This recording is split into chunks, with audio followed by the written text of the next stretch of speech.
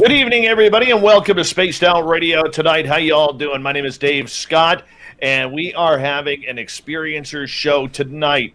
What is going to happen June 25th? How is it going to affect those of us who have had some major weird experiences with the unknown, the supernatural, the extraterrestrial, the ultra-terrestrial, the interterrestrial, and every terrestrial that goes along with it? We are just waiting for Sammy Moe, otherwise known as Samantha Mowat, to join us. We got John Carty, a.k.a. Wreaking Havoc here, and Chris Bledsoe's son, Ryan Bledsoe, is with us. And we're very happy to have, it's a small, intimate panel, but it's going to be chock-filled with information for each and every one of you. So we do appreciate that. While we're waiting here, let's give a rundown of everybody who is in our chat room so far, because we absolutely love having all of you guys here.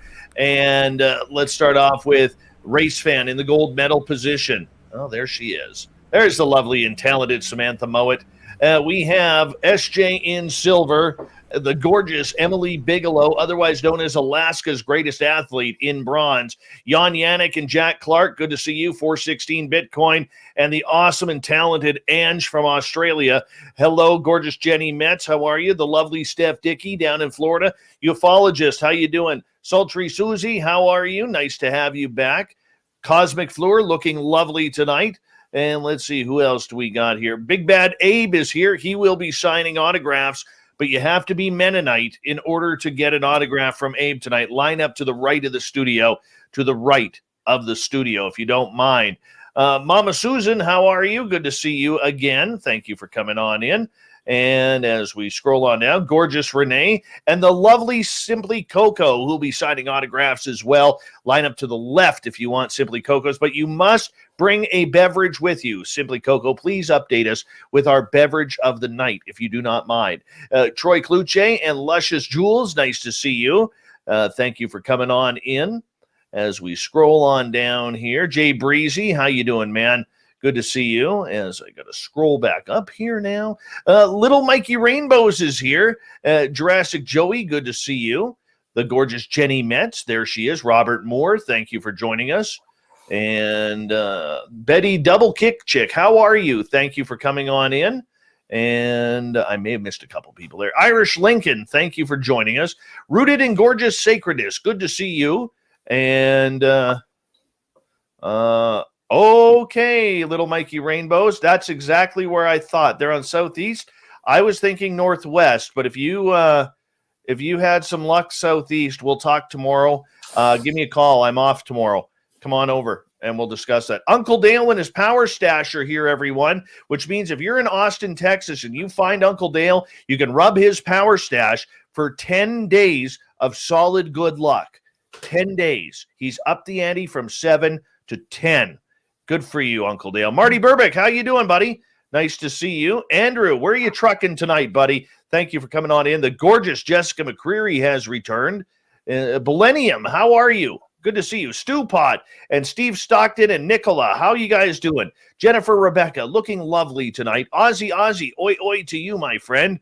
And awesome Annie Svensson has joined the room. The lovely Christy Bergeron and Miss is here. Welcome to the show. Richard Elmore, Aiden, good to see you. The lovely Minister Elaine Sloan has returned. The gorgeous Raspberries, after a 2-week hiatus, has joined us and given us her presence in the chat room. We love it. This chat room's getting busy. Chad Smith, kicking off the super chat tonight. Thank you so much, Chad. Really do appreciate that. And you know what? It goes a long way. It's a great way to support what we do on Spaced Out Radio. So thank you so much, Chad, for kicking it off tonight. Dirt Road, good to see you. Uncle Duke is here, everyone.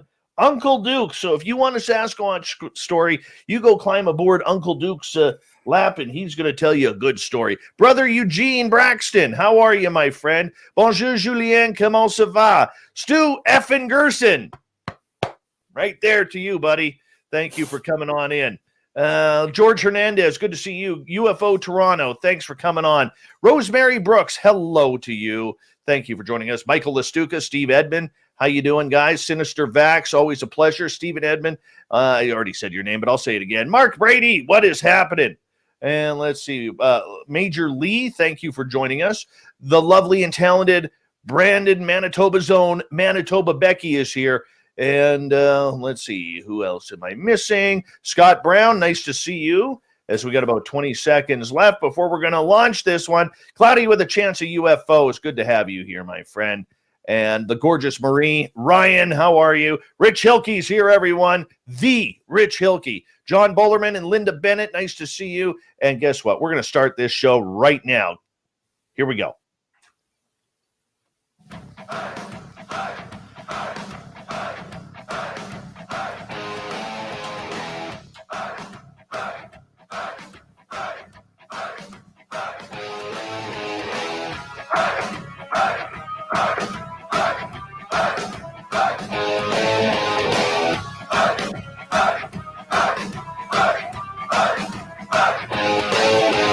From the mountains of central British Columbia to you listening around the world, this, my friends, is Spaced Out Radio. I am your host, Dave Scott, sitting in the captain's chair of SOR headquarters. We welcome you to tonight's show on our terrestrial affiliates around North America, digitally on TalkStream Live, Revolution Radio, and KPNL. All of our archives are free by going to youtube.com/Spaced Out Radio. Just do me the favor, hit that subscribe button. You can follow us on Twitter @Spaced Out Radio and on Instagram, Spaced Out Radio Show.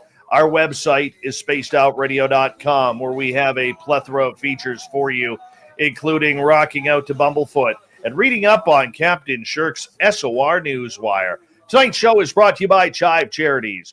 Help make the world 10% happier by visiting Chive Charities today. You can find them on our website. With all the hype surrounding the June 25th deadline for the Pentagon to release the UFO files of what they know, what they are hearing, what they are not going to be telling us in the latest round of potential disclosure, this time we're talking about experiencers tonight. The everyday people who have had encounters with UFOs and ETs. Everything has been around the U.S. military up to date, namely the U.S. Navy and their encounters with the tic-tac-shaped objects.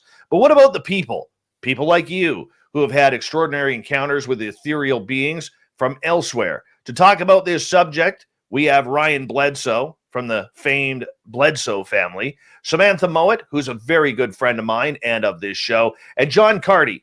All are experiencers of the unknown and are searching for answers for their lives to continue as normal as possible.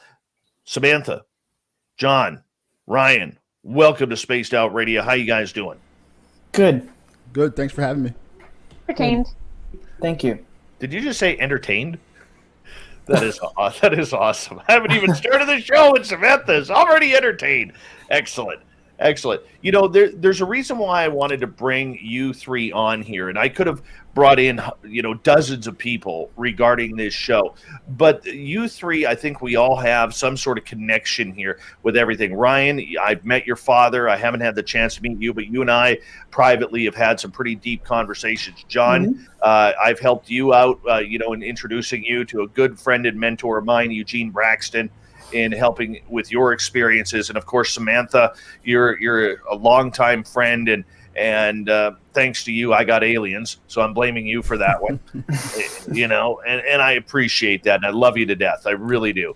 And, that's the reason why I wanted to bring all of you three on here, because I do have a personal connection with all of you. Now, this panel is full of experiencers. So for our audience out there who doesn't understand what the experiences are, these are people who have had extraordinary experiences that seem so sci-fi that it shouldn't be true, yet it is. And they live with it on a daily basis. And Ryan, I'm going to start with you here, because for a lot of people who may not know yours and your family's experiences, give us the Coles Notes version of how you got to where you are today. Okay. 2007, my father is fishing on a river deep in the woods. We're in the South, North Carolina. And basically, it's a very long story. There's a documentary called UFOs Over Earth, the Fayetteville Incident. But just since we can't watch the documentary here tonight, what happened was basically these big lights in the sky kind of just showed up and rocked my dad's world, and my brother Chris Jr. was with him. They did see entities that night. They were luminous. They glowed, and it changed our lives. We reported it to MUFON, and NASA and some other institutions showed up at our house, and 14 years later, and here we are. So do you want me to go more into detail? Yeah. How did you end up getting involved with this? Okay. So I was 13 when it happened, and he didn't report it until a year later. So I was a freshman in high school, just typical teenager, weird stuff happening at the house. Next thing you know, Discovery Channel's on our property, and MUFON has their STAR team come out, literally their highest trained investigators, including the director, James Carrion, and they did a Discovery Channel documentary, and I was there for this whole process as a child. In my formative years, I watched all this go down. And really, what hooked me, I think, not only was I seeing the phenomenon myself, but I saw the Harvard regressionist, Michael O'Connell, when he put my dad in the hypnotic trance. It rocked my world. It really opened me up to weird kind of parapsychology, and I went and got a psychology degree, got a religion minor, and I probably spent the majority of my life now trying to figure out what happened from the lens of religious, psychological, scientific, academia. Basically, it's just been like a knowledge quest, and here I am today. I'm pretty much ready to share what I've learned and experienced. Right on, and I appreciate that. John Carty, let's talk with you here. I mean, you're somebody who at 15 years old decided to have a holiday away from the family while the family went on vacation, and you had the big boy pants on to stay home alone and do your own thing, and all hell broke loose for you. Yeah, that was a big mistake on my part. That's for sure. So, yeah, my parents decided to go on a cruise, and I was invited to go with them. And I decided to stay home. And, that's the night where the abduction took place. It was no one was at the house besides me. It was like a regular day. It was, I never seen anything before this, as far as I know. And I get into my bedroom, all the lights are on. I get in bed ready to turn the TV on, and like my bed just starts vibrating. And it starts shaking, and then it starts jumping off the ground, and it's like all over the place. And at the time, I thought it was ghosts, so I wasn't really scared. I didn't believe in ghosts, but I assumed that's what it had to be. And when it stopped, I just got this feeling in my stomach, and I just turned my head to the right, and there was like two of them looking like directly in my window. And looking back at it, they didn't do anything to like scare me, but I was absolutely terrified. Mm-hmm. It was we had like a staring contest. It was probably like 4 feet away, like outside the window, like with the face against the window, but it's like we had a staring contest. There was no communication or nothing. It probably lasted maybe 20 seconds, but it felt like it was a minute, Yeah. And then all of a sudden I got another feeling, and I look to the left, and I see two pairs of shadows, like two pair of legs step from the outside of my bedroom door. And their shadow kind of went under the door, and then I felt like I was surrounded almost. And I put my blanket over my head, and like I remember like I was afraid of them touching me. That was like my number one concern. Like I don't know why, but I didn't want them to touch me. And like a second later, I wake up on the couch the next morning with like a big scar on my back. And from that point on, I've been experiencing paranormal stuff pretty often. And now, that was the beginning for everything. Your shorts were also on backwards too, weren't they? Yeah. And I was like, my legs were hanging off the couch, like I was kind of thrown on. And I remember waking up, I felt like I had a hangover. And I just wanted to take a shower. And even though I felt the big scab on my back, I didn't put that together with the abduction until like 15 or 17 years later. I didn't start putting pieces to the puzzle together until maybe a year ago. I had everything as its own separate incidents, but I'm starting to find out everything's connected. Right. Very true. And let's introduce Samantha Mowat to our audience. For those who weren't listening, about 3 weeks ago, we had Samantha on the show, and she is really my guru when it comes to everything extraterrestrial. And Samantha, it's always a pleasure to have you on this show. And I know our audience absolutely loves you as well. For you, for people who do not know, this is something that literally started from infancy for you. And to this day, I'm not going to say your age, but to this day, it is something that continues almost on a daily basis for you. Well, a couple times a week on average, Dave, whether it's psychic, astral, or physical. But I understand where these two gentlemen are coming from. It is really intense, and you do go through contact, and it does change everything as far as your perspective is concerned. So honestly, kudos to both of you for stepping forward and talking about this. You should be really proud of yourselves. It's very difficult with the amount of ridicule that can come forward when you do talk about these things to the general public. Yeah. Thank you. Thank you. Samantha, living a life like you have, I realize it's normal to you, but anybody looking in from the outside, this isn't normal. This discussion is not normal. Sure, UFOs lately have been becoming into the mainstream media, but for most people, they don't understand ET contact. It's still, way out there, and probably people who have this should be in a padded room wearing a straitjacket for a lot of people out there who don't believe or don't understand the phenomena. For you living a lifetime with this is your normal. How has your normalcy differed from people who don't have these experiences? Well, I'm not a good gauge of normal, as I think is pretty well apparent when you talk to me for any length of time. But like the two gentlemen that I'm having this discussion with, Ryan and I believe Jared, John. you both.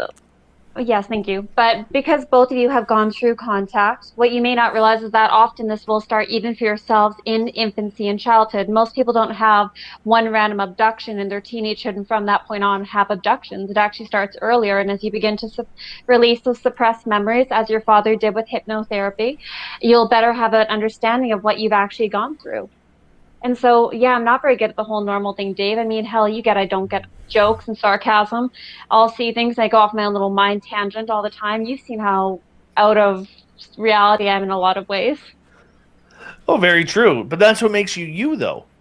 Yeah. It's your unique style. I mean, I'll try and crack some sarcasm around Samantha, and she'll be like, "Are you trying to be funny right now?" I'm like, Yes, I was. And you almost feel shame for it. You do. No, I'm teasing. But one thing I wanted to mention is when Ryan was talking, he mentioned the fact that he's looking at the psychology aspect and he's pairing it with the religious aspect for his studying. And I think that's wonderful, because that's one thing maybe the extraterrestrials and multidimensionals focus on, is how science and religion are telling the same story, but from different perspectives. And I love that you're covering that. That's amazing. And John, you should be very proud of the fact that when you had your contact experience and you saw the shadow, that you didn't scream or panic. You did a great job. You really did. And I look at this and I think you guys are doing, honestly, an amazing job with this. You have no idea how excited I can feel the energy is around you. So it's great. Thank you. And it really looks like you're doing an amazing job with the rub there. I'm sorry, I'm a cat person. Yeah, he likes to sit on my lap. Yeah, that's awesome. No, but seriously, to go on what is that okay, Dave? Are we allowed to just just jump right in. That's what it's about, guys. Cool. My whole thing is, I don't think the truth can really be found unless the opposites are reconciled. Like the mysteries of the East and the West. You've got esotericism, consciousness, Buddhism, whatever. Meet them, it's probably somewhere in the middle. Same with science and spirituality. Truth is somewhere in the middle. So that's kind of my life's purpose, is looking at everything from all angles and saying, well, I grew up reading the Bible, but these beings are not in the Bible. Okay, so the truth may be somewhere outside of the Bible, but there's some truths here, there's some truths there, and that's kind of my perspective. Is the truth? There's not just one truth, but it's really everywhere. You can find it in so many different places: science, spirituality, psychology, etc. But no, I agree. Go ahead. I was just to say that's where I'm coming from. Is I think that you have to look at things from many angles before you settle somewhere. So What I was actually kind of dying to know is, I think it'd be really good for the audience and for me, because I'm super curious about this. What kind of beings did you guys meet? What did you see? Like, what were they? do you mean me? Do you mean us or me as in the Bledsoe family? Of you? Like, I want Okay. to know what Would you like to go first, John? Or Sure. What I saw, I guess I would consider a typical gray. Yeah. It had like a blotchy brown tint to its skin. It wasn't like completely gray. And a completely featureless face. 100% featureless. Just a line for a mouth, 2 holes, and big eyes. That was it. That was completely it. It looked perfect, I guess I would say, if I had to describe it. Well, how tall were they? I would say about 4 feet. Okay. I'm able to guess that because they were standing on a roof above a first floor patio, and my bedroom's on the second floor, so I can tell by like kind of how high their heads were to the windows. So I think 4 feet's pretty close. And there was 2 of them, and one was like a little slightly smaller, slightly slender. I kind of think it was like a male and female thing, but I agree. I kind of felt that more than anything, and I felt like they were there, like I don't know if to help me or they were concerned with me. I didn't feel any bad vibes whatsoever, but I was still terrified, and I still kind of am to this day. But I got good vibes off them, but I was still scared, if that makes sense. it does make sense. Yeah. Yeah, same. So my brother Chris Jr. was 17. You said you were 15, John, when you had your first. Yes. Okay, so terribly young, way too young. People don't really get that. They read this on the internet and they're like, oh, they're probably lying or they're probably crazy. They don't take a step back and think like, wow, he was 15. He was a child. I was 13 when this stuff happened. I get it. I feel the anxiety, to look people in the eye and say, hey, I experienced this. And then you just know that they think you're lying. They think you're crazy, whatever. So I feel for you. I really feel that. So like I said, when I was 13, this stuff happened. My brother Chris Jr. was 17. He was with my father out in the woods. And what he saw could be described. It was about 4 foot tall, like your encounter, and they glowed. Their body, it was like they were translucent like glass, but they glowed like kind of like moonlight. And they had these big round red eyes that would blink like this, like shutters, right? And when they looked at my brother in the eyes, he was, for lack of better words, paralyzed. He couldn't move. He couldn't run, scream, shout, cry, whatever. Meanwhile, my dad was about a 15-minute walk away because they were really in the woods, so they had to, take these little hikes. It's about a 15-minute walk away, and he sees these big balls of fire in the sky. They meet up after a few hours. My dad has missing time. They kind of get back together, and they realize they both saw weird stuff. They rush home. They think it's the end of the world. And then my dad sees the same beings that my brother saw, the little 4 foot tall, luminescent, red-eyed, whatever. Fast forward about 10 years. I'm in my early 20s, at this point. This was still several years ago from today.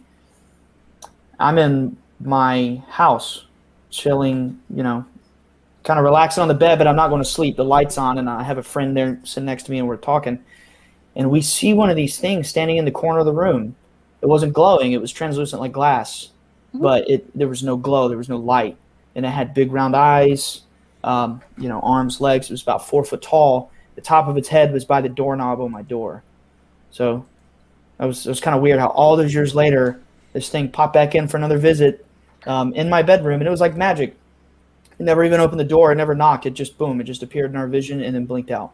So to me, it was more like magic than technology. But I totally get where you're coming from with the perspective of magic, but that's the multidimensional beings. They're not necessarily extraterrestrial. But when you see the eyes that are glowing, it's because they're actually typically sending you telepathic information, and it's actually putting you into a catatonic state, meaning altering the brainwave pattern that's going on within your brain and make it so you go into an altered state of being.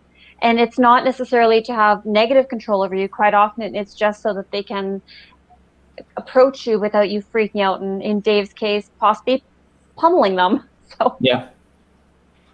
with Never love. Never really got to that. I was kind of paralyzed when you decided to take me into a forest and show me a 10 to 12 foot extraterrestrial in the middle of the day. I mean, that was my introduction to Samantha. For those who don't know, I met her 25 minutes before her and I walked into a forest, and she decided to say, "Hey, I think they're here." I'm paraphrasing here. I think they're here. Do you want to go check it on out? Sure. What the hell? Just saw a UFO land on this property 5 days previous, and we walk into the forest and about 100 yards in, and she goes, "Dave, I don't want you to be afraid. I want you to look that way." And she points north. I turn and look, and 200 feet away from us, there's a very lightly tan-colored 10 to 12 foot extraterrestrial standing there in the forest. And the funny part about it is, I thought I could handle that. Looking back on it now that it's, 7 years ago, I was scared crapless. I really was scared crapless because I wasn't, and I always want to preface this, I wasn't scared seeing the being. What scared me was that everything up to that point that I had been taught was a lie. Yeah. You go through, my parents, my teachers, my grandparents, my coaches, everybody whom you respect in life will tell you the do's and don'ts of life and how to be a good person, how to be not to be a bad person, treat people with respect, dignity, everything like that. But nobody tells you how to react when you are 40 years old and looking into the face of an extraterrestrial. Nobody forewarns you about that. Yeah, I feel that.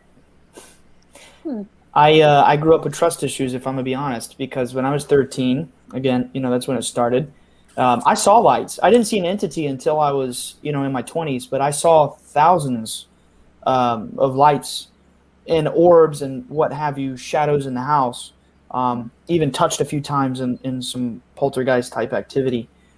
That started when I was 13, and I still grew up with people telling me that stuff wasn't real.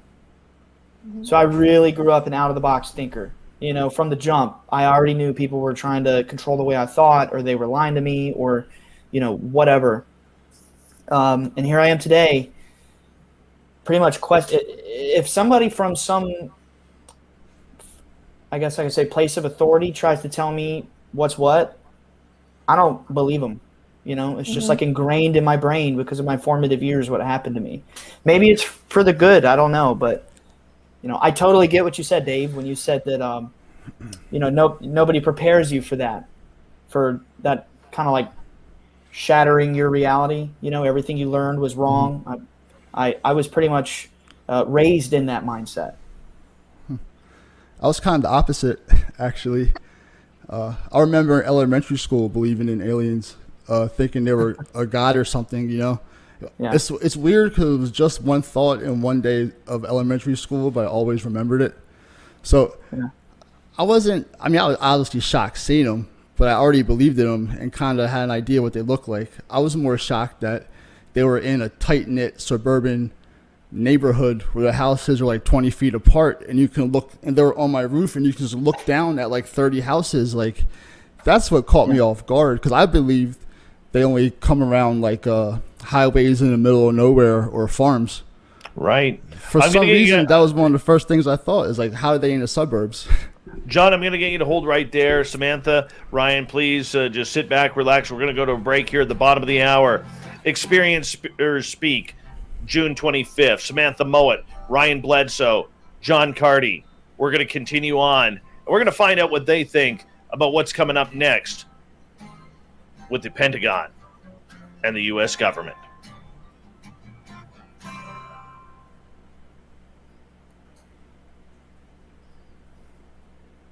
All right, we're clear. Cool.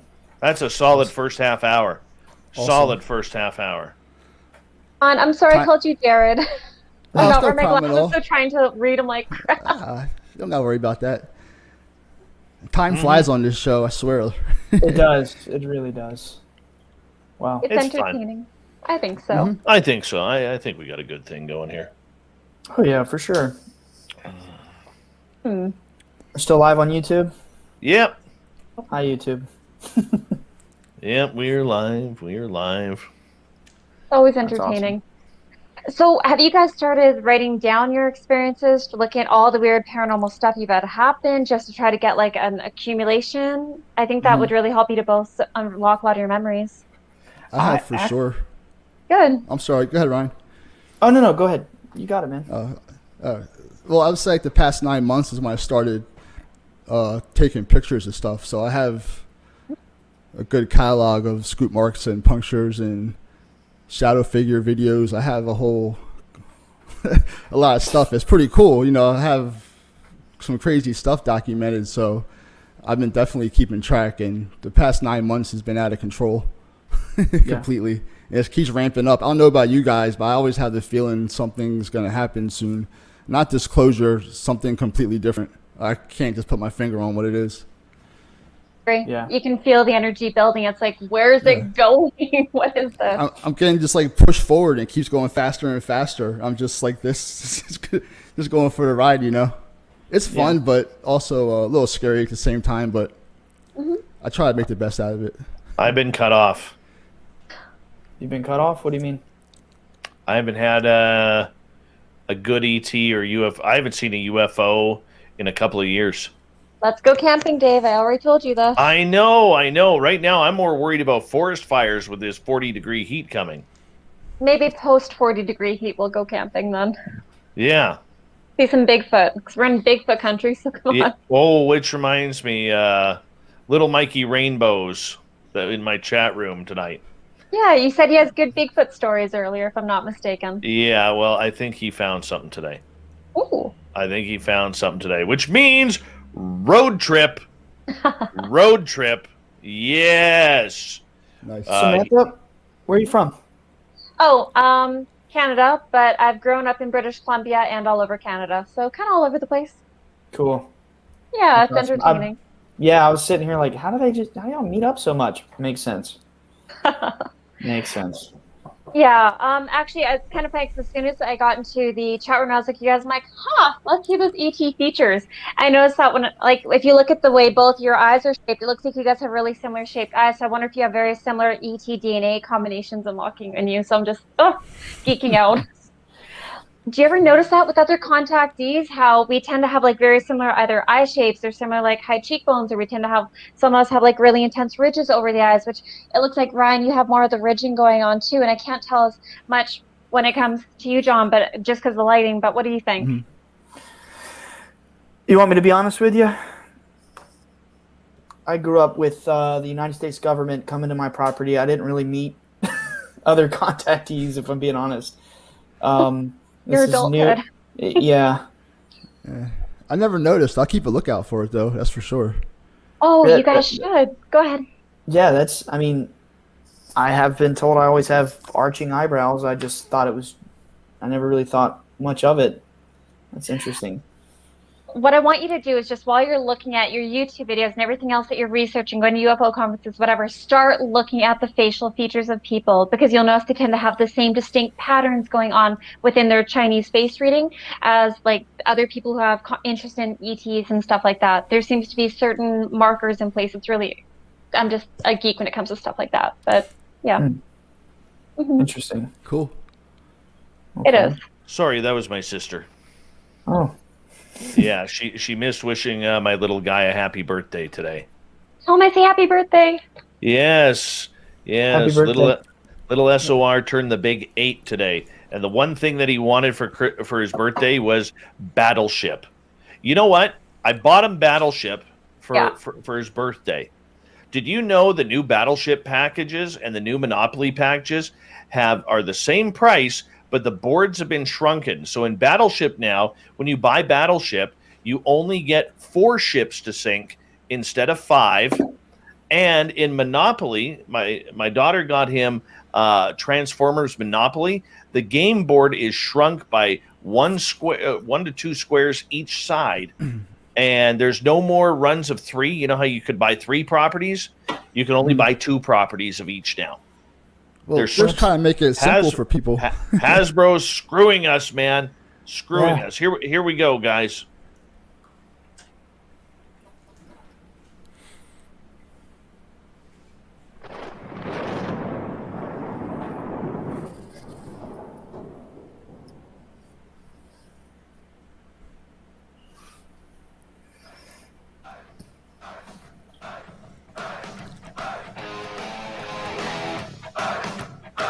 Second half hour of Spaced Out Radio is now underway. My name is Dave Scott. Thank you so much for joining us. We really do appreciate earning your listening ears. Want to remind you that if you've had portions of this show or others, you can check out our free archives by going to youtube.com/Spaced Out Radio. Just do me the favor, hit that subscribe button. Our website is spacedoutradio.com, where we have a plethora of features for you, including rocking out to Bumblefoot and reading up on Captain Shirk's SOR Newswire. Follow us on Twitter at Spaced Out Radio and on Instagram at Spaced Out Radio Show. Experiencers Speak, June 25th. We have Samantha Mowat, Ryan Bledsoe, John Carty, and we are talking about the experiencer side of ufology and discovery. And personally, John, I feel it's going to be a position of nothing. We're not going to get anything, and they sure as hell are not going to release anything to do with experiences or ET contact. How are you feeling about June 25th? I agree 100%. That's how I always felt. I've felt that way for a while, you know. Why would they willingly give up information like that? You know, I think they only tell us what they have to tell us in regards with everything, you know. And, you know, they've been lying for so long. It would just make them look so bad. They have no reason to tell us. They'll only tell us if they have to tell us or they're forced to tell us. Now, that'll be the only way that happens, in my opinion. So I wasn't expecting nothing, you know. I'm actually disappointed in the quality of footage that's been released during this time. I feel like it's kind of a slap in the face personally. These fuzzy, grainy videos, you really can't tell what it is, you know. I think the whole thing was a mess. I wasn't expecting anything from the beginning. I was just, you know, I feel disappointed, you know. So, you know, it sucks. It really does. And Samantha, I want to get to you here. For you, being a lifelong experiencer in ET contact and seeing all sorts of UFOs over the years, how do you feel about this disclosure movement that's coming forward or potentially coming forward in just a few days? I'm inclined to agree with John. He makes a couple of very good points. The fact that they haven't released videos in high definition is actually pretty appalling. To me, that means that they're trying their best to have as much control over the situation as humanly possible. I agree with John's comment of they're not going to give us information unless they absolutely have to, and they have their hands tied behind their back. Dave, it's not advantageous for them to mention the fact that we have hundreds of different species that have been on and off this planet over the last several thousand years. There is no advantage in that because then it ruins our religions, it ruins our understanding of everything as far as technology and power is concerned. I don't expect to see any grays showing up within the next 6 months on the White House lawn shaking the president's hand. I'm sorry, I don't see that happening in the immediate future. As much as they're trying to make it look like that's our next step, I don't see that happening like they're trying to claim it. Well, oh, we lost John. He'll be back. He'll be back. He'll pop back on. There he comes. So for you, Ryan, in hearing what Samantha had just stated regarding, you know, we're not going to see anything. You know, they're not interested in coming forward with aliens and ET contact. How do you feel about that? How does your family feel about that? Well, I'm holding my breath, man. I think that this is going to go two ways. Maybe a few more scenarios here, but I like to think about it from all sides. First scenario, they come out and they say there's this threat. It's like jamming our radars. It's committing these acts of war. We need to ramp up defense budget, whatever. That's possible. Get everybody scared. I'm not saying I know that for a fact. It's just possible. Second scenario, if you follow what Tom DeLonge and Lou Elizondo have been saying, and remember, we know these people. They're very smart people. They're not just entertainers. They are, in my opinion, planting the seeds that there is an interdimensional phenomenon. Now, if this scenario plays out, we're going to be in a very different world in the next few weeks, months, whatever, where they take a step back and they say, there is a phenomenon. We're not sure if it's good. We're not sure if it's bad. Deal with the data, and then people will freak out and they'll have to come to this, conclusion on their own. I personally think fate loves irony, and there is a possibility that they're going to maybe say something pretty shocking. I kind of hope they don't. I don't, I don't know. This isn't like I know for a fact, but I'm definitely holding my breath. I'm very much anticipating what they're going to say in the next 2 days. I don't know. Could be something, could be nothing. I do want to say, because it weighs on my conscience, that if the United States government comes out and starts saying that it's all negative, it's all a threat, we got to, ramp up our defense, whatever. Personally, you're being abused if they come out and say that. Don't let yourself be abused. Let's just hope they don't say that. I'll leave it there. But here's the problem, guys. The government has full control of this narrative.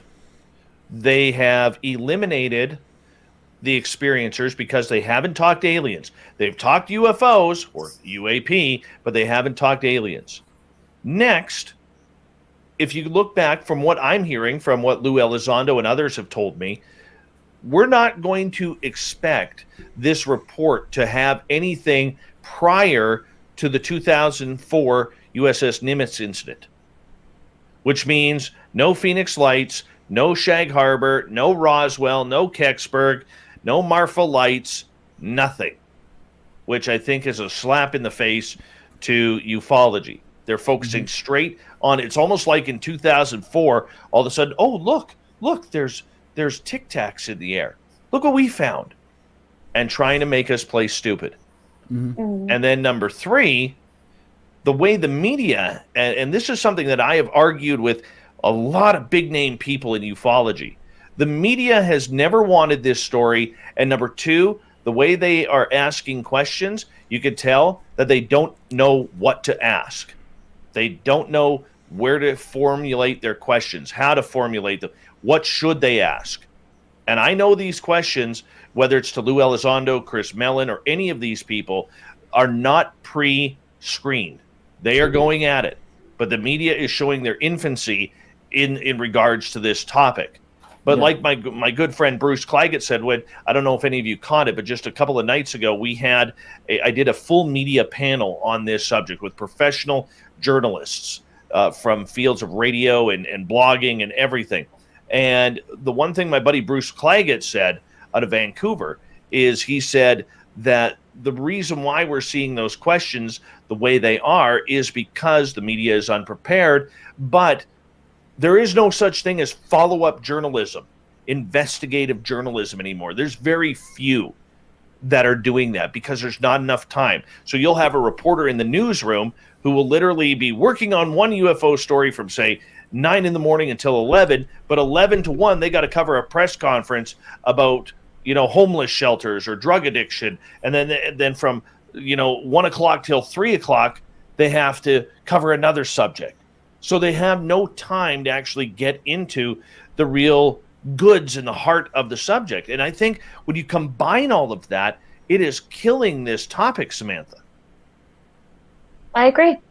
I'm agreeing with you. It's just, Dave, it's frustrating when we look at this aspect because we're not going to get the information we're wanting. And I'm agreeing with Ryan with the fact that if they do release information and it does go into fear-based type capacity, it is going to unfortunately rally a lot of the masses to go in a negative spin and hand over all their rights and all their control, which is what I'm afraid of happening as well. So I can fully agree with Ryan's concern with this. It would be abuse. It would be horrific abuse. And they are avoiding the contactees very deliberately at this time. You can bet any journalist worth their salt knows bloody well that there's contactees out there because they would be researching into this, but they're not allowed to talk to us and release that information, unfortunately, because there are, unfortunately, some crazies in our industry, people that are mentally imbalanced. And there does seem to be some difficulty for these people to be able to discern who is legitimate and who isn't. So, John, what's your thoughts? I agree with that. I also think they don't take it as serious as they, make us think they do. You can see sometimes the way they say, UFO, or, they say it in a weird way, like it's kind of like slightly a joke still, like that. I kind of see it that way. And, if they really thought these were really alien spaceships, do you think they would put a little more effort? It's a pretty big deal, I would think, right? So I don't think they're taking it as seriously as they're leading on. is the way I see it. I can agree with that. I would agree with that too, to a point in the fact that the media, though, and I know this from working in a newsroom, we never wanted this story. Every time, and I've said this a few times on the air over the years, every time I was sitting in the newsroom when somebody called about a UFO, we'd be, okay, what kind of drugs are you on? How much have you had to drink? I called into my old newsroom to report a UFO, and my buddy John, who I've known and worked with at this point for like 5 years, answers the phone. He's like, hey, Dave, how much have you had to drink tonight? I'm like, dude, nothing. That's why I'm calling you, to see if anybody has reported anything, And he was like, yeah, have a good party, Dave. Click. And I'm one of them. I'm one of the dudes. And this is how I was treated, right? But that's the way it kind of pans out in the newsrooms. And that's what's unfortunate about it, But, I mean, kudos to the mainstream media. At least they're talking about the subject. But I think the way they're covering it, Ryan, has totally played into the narrative that this is a United States Navy problem. It is a security problem. It's the Russians. It's the Chinese. And I think the majority of us, Ryan, are sitting here saying, boy, are you really missing the mark here? Yeah. I mean, I don't know. I have met some pretty crazy people in this field. I've said it on your show. And I can tell you, although the media, as far as journalists, reporters, whatever, they may not take it seriously, but I can tell you with a fact, since I was a teen, I've met these people. I've met NASA. I know that in the highest levels of military and intelligence secrecy, they do take it very serious. They are very, very engaged with the discussion.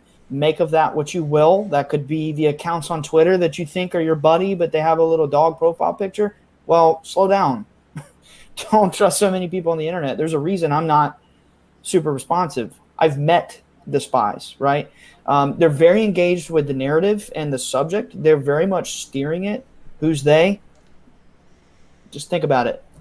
And I don't know. I'm really. I don't know. It's hard to put my thoughts into words because I have met these people. I have made some friendships that are public that happen to be spies, but then some of my opinions aren't exactly.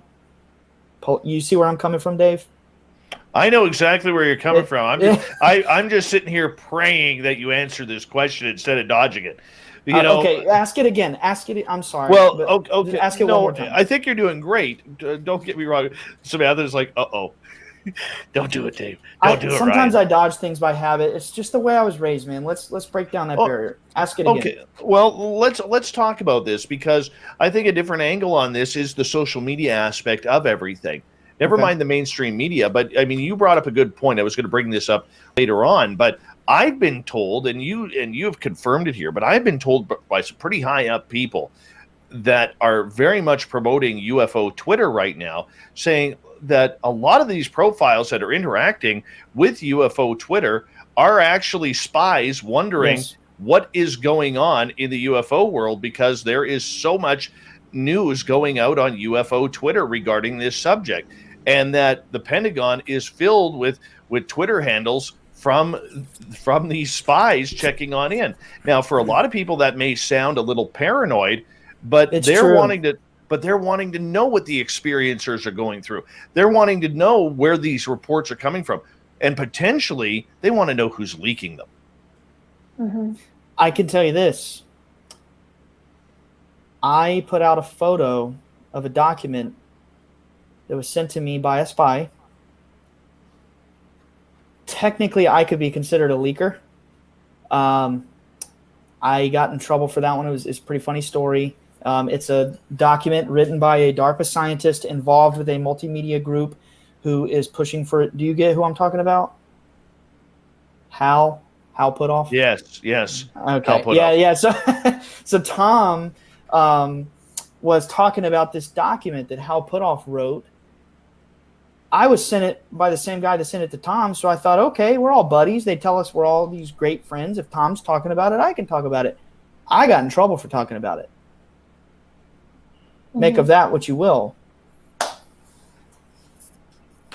But that's the way it goes. Like, how do you know what you can and cannot talk about? Samantha, I know for you, you have had times where you've had strange happenings come out when you've talked publicly about things. Mm-hmm. Yeah, but Dave, I'm also in my lab. That's completely different again. I get in shit when I do things too much at one time. You're That's in why I what? do drop I'm on sorry. my lab. What is that? Military I'm genuinely abductee. curious. I'm not. Okay.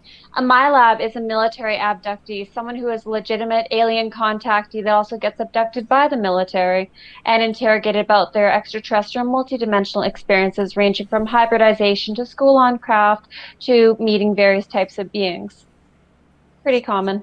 Well, not necessarily common, but fairly normal in the UFO. I wouldn't say that's common. Well, depends on your friend group, I guess. Yeah. Wow. Most of my friends are contactees and other psychics. So in my world, that is more normal. I don't make a lot of friends with people in the normal world because I don't understand them and they don't understand me. So, yeah.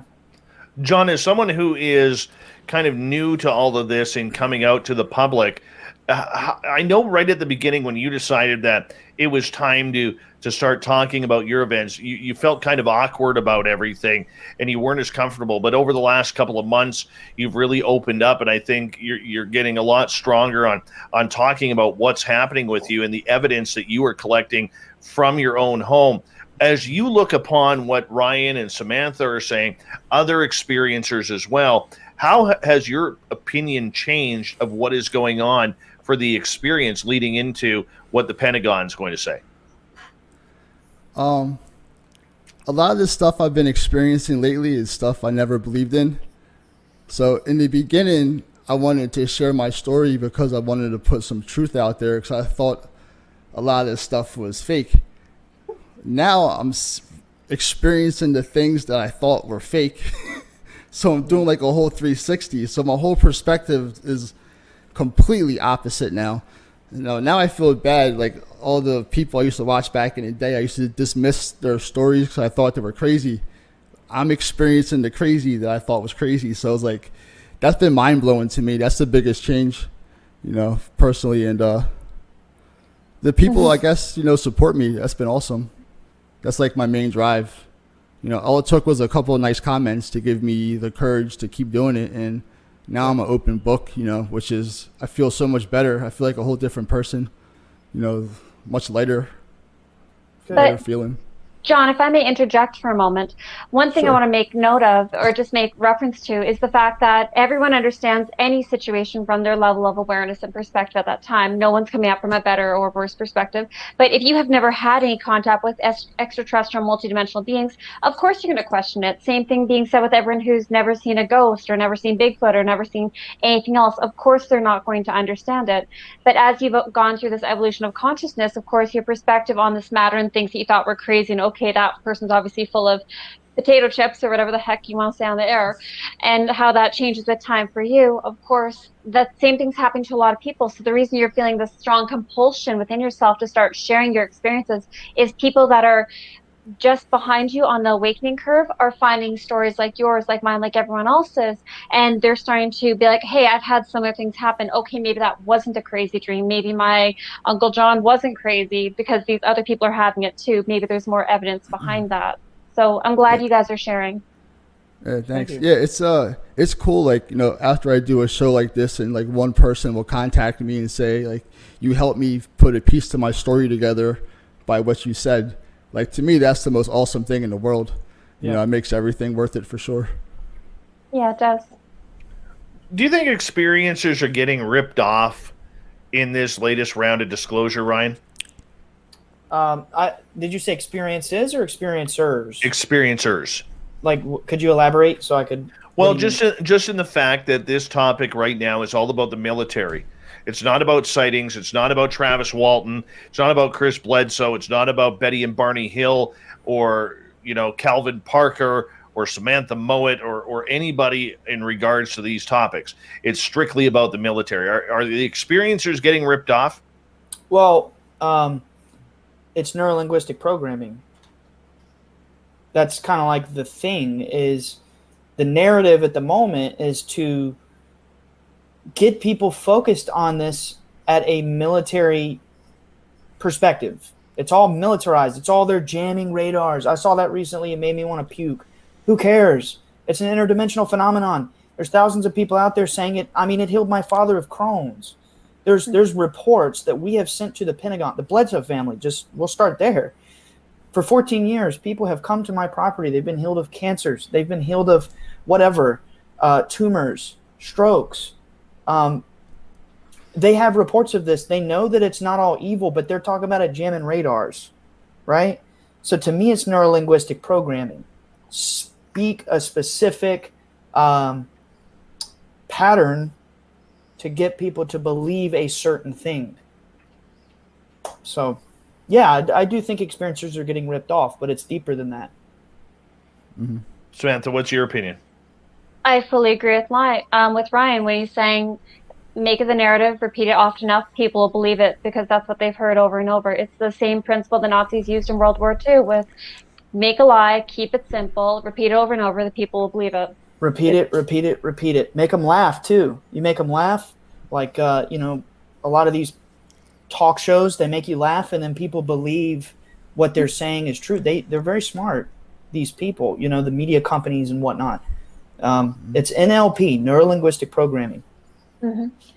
But Ryan, one thing I am actually kind of grateful about with the fact that it is the military having the focus on UFOs at this time rather than going to contactee families like your own and like myself and my family is if they were to switch that around and make it so people realize that these ETs are on a very serious level going to individual families and healing properties and making them so they have these strong vibrational frequencies that heal people, or abducting certain people and their bloodlines from birth until death and their children, so on and so forth, that could in a sense put our families in danger by putting the focus on us rather than the focus on the government aspect. So it's a bit of a double-edged sword to see it from that perspective, but I am kind of grateful it is more focused on being slightly separated from the people at this time, at least until the general public has a more deeper understanding of what's happening, even if it is a slight misconstrued perspective. Go ahead. I hear what you're saying. I will say that in the 14 years that my family story has been worldwide, on TV, whatever, we get messages from every continent, except for Antarctica. The only people that have shown up on our property and did anything unruly or made any death threats, which we have had, were people who showed up on behalf of an associate or an associate of an associate who held intelligence positions. Never once in 14 years has an ordinary, Joe Plumber, normal person shown up on our property and made us uncomfortable. I think a lot of that is TV. I think a lot of that is Hollywood. We always see these serial killers and these people breaking in. It's always these movies. I don't think people really do that as much as we see on TV. And I think truly the focus should be experiencers. No one has made us uncomfortable except for people who come and say, so-and-so in the CIA sent me. Oh, wait. All right. Sorry. That's all right. We're right at the edge of the break here on Spaced Out Radio. Hour number 1 coming to an end. Hour number 2 continues on Spaced Out Radio right after that. John Carty, Samantha Mowat, Ryan Bledsoe. How are experiencers reacting to June 25th? Are we being ripped off? Do we need to start talking aliens? Let me know, and we'll take your questions as well for the group if you're in one of our chat rooms or on Twitter at #SpacedOutRadio.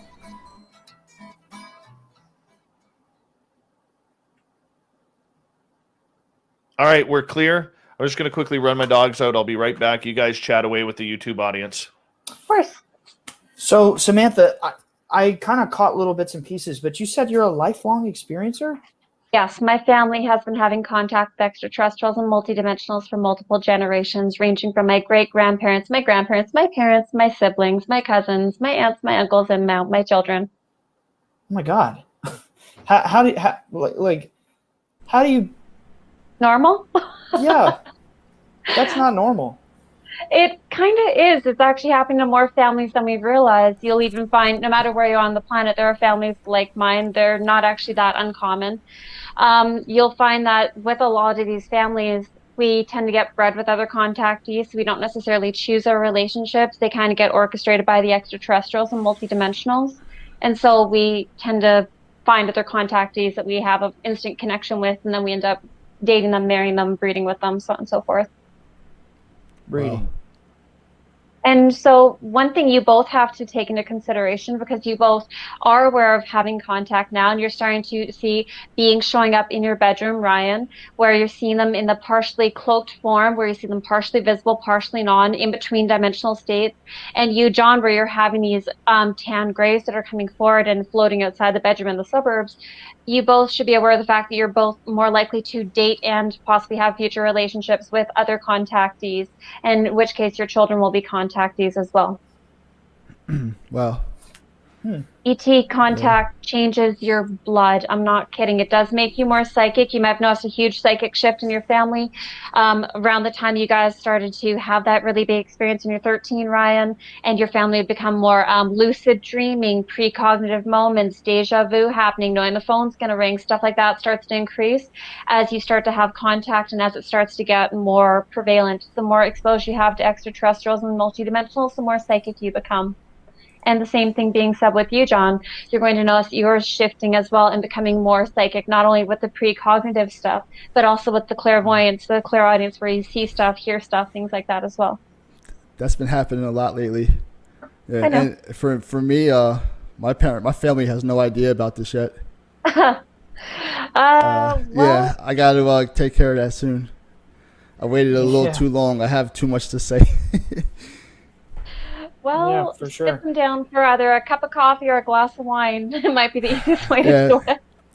Yeah, I'm waiting for Wow. this whole stuff to blow over. My parents have been stressed about what's happened the past couple years as far as people getting sick, so I don't want to put any more stress on them, so I'm just waiting for the right time at this point. Mm-hmm. Well, just be prepared that, when you tell people that you saw weird things, I don't care who they are, I don't care how close you are, their immediate reaction is not to believe you.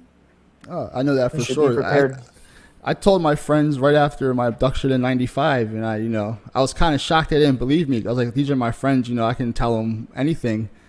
And that was not the case, and I just shut down after that, so I know the feeling. I know what you mean. I did it in elementary school, middle school, and high school, trying to talk to my friends, and none of them understood what I was talking about, so I just stopped talking to them about it. Yeah, a lot of anal probe jokes. I missed those ones. I never got those. Ironically, I was the one making those jokes growing up. No one made them about us. I like that joke. It's funny. It is, yeah, we know. Yeah, I think on my first podcast episode, I make a comment like that. Like, my dad wasn't probed or anything like that.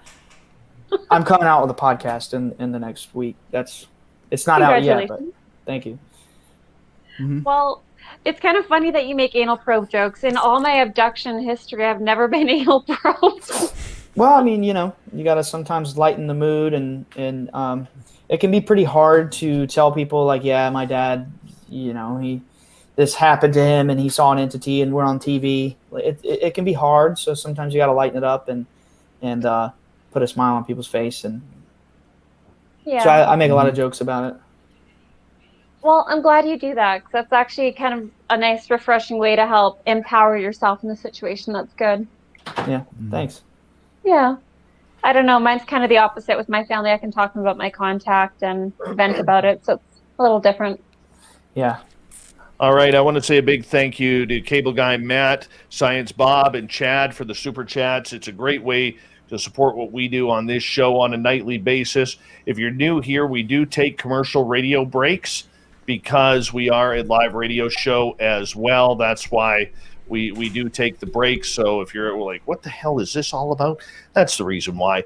And you get to hear the kind of behind the scenes of everything that is going on.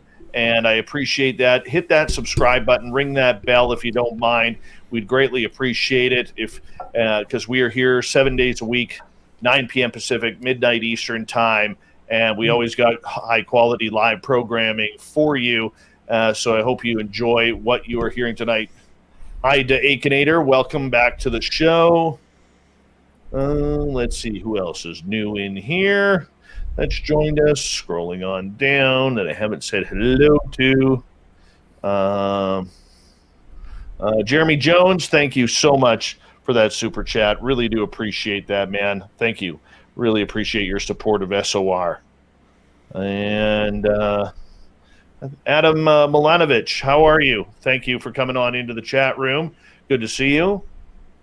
And we will take your questions, put them in capital letters for this group as well, and we'll go from there. We're going to get going live here in about 10 seconds, so we're having a great night tonight, and I'm so glad that all of you are here right now. We got 184 people watching live, including 181 on YouTube. You're listening to Spaced Out Radio with Dave Scott. Follow Dave on Twitter at Spaced Out Radio and on Facebook, Spaced Out Radio Show. Hour number 2 of Spaced Out Radio is now underway. My name is Dave Scott. Thank you so much for taking the time to join us. Really do appreciate earning your listening ears wherever you are on this beautiful planet we call Earth. Want to remind you that if you've missed portions of this show or others, check out our free archives by going to youtube.com/Spaced Out Radio. Just do me the favor, hit that subscribe button. We want to welcome back everyone listening in on our terrestrial affiliates around North America and digitally on TalkStream Live, Revolution Radio, and KPNL. All of our, let's get to the clam here. The Desert Clam has set the password for tonight in the SOR Space Travelers Club. Oh my God. Sincata Goramatic? Sincata Goramatic is your password. Use it wisely, space travelers, as the clam sets a password each and every night right here on Spaced Out Radio. Our website, which is almost done, our new website, thank you, Ben from UFO Garage, is spacedoutradio.com, where we have a plethora of features for you, including rocking out to Bumblefoot and reading up on Captain Shirk's SOR Newswire. Follow us on Twitter at Spaced Out Radio, at Instagram, Spaced Out Radio Show. It's an experiencers panel tonight as we look towards June 25th and the Pentagon's potential release of the UFO files. What are we going to get? What is going to happen? Why aren't experiencers included in on this? Joining us tonight, Ryan Bledsoe, John Carty, otherwise known as Wreaking Havoc, and Samantha Mowat.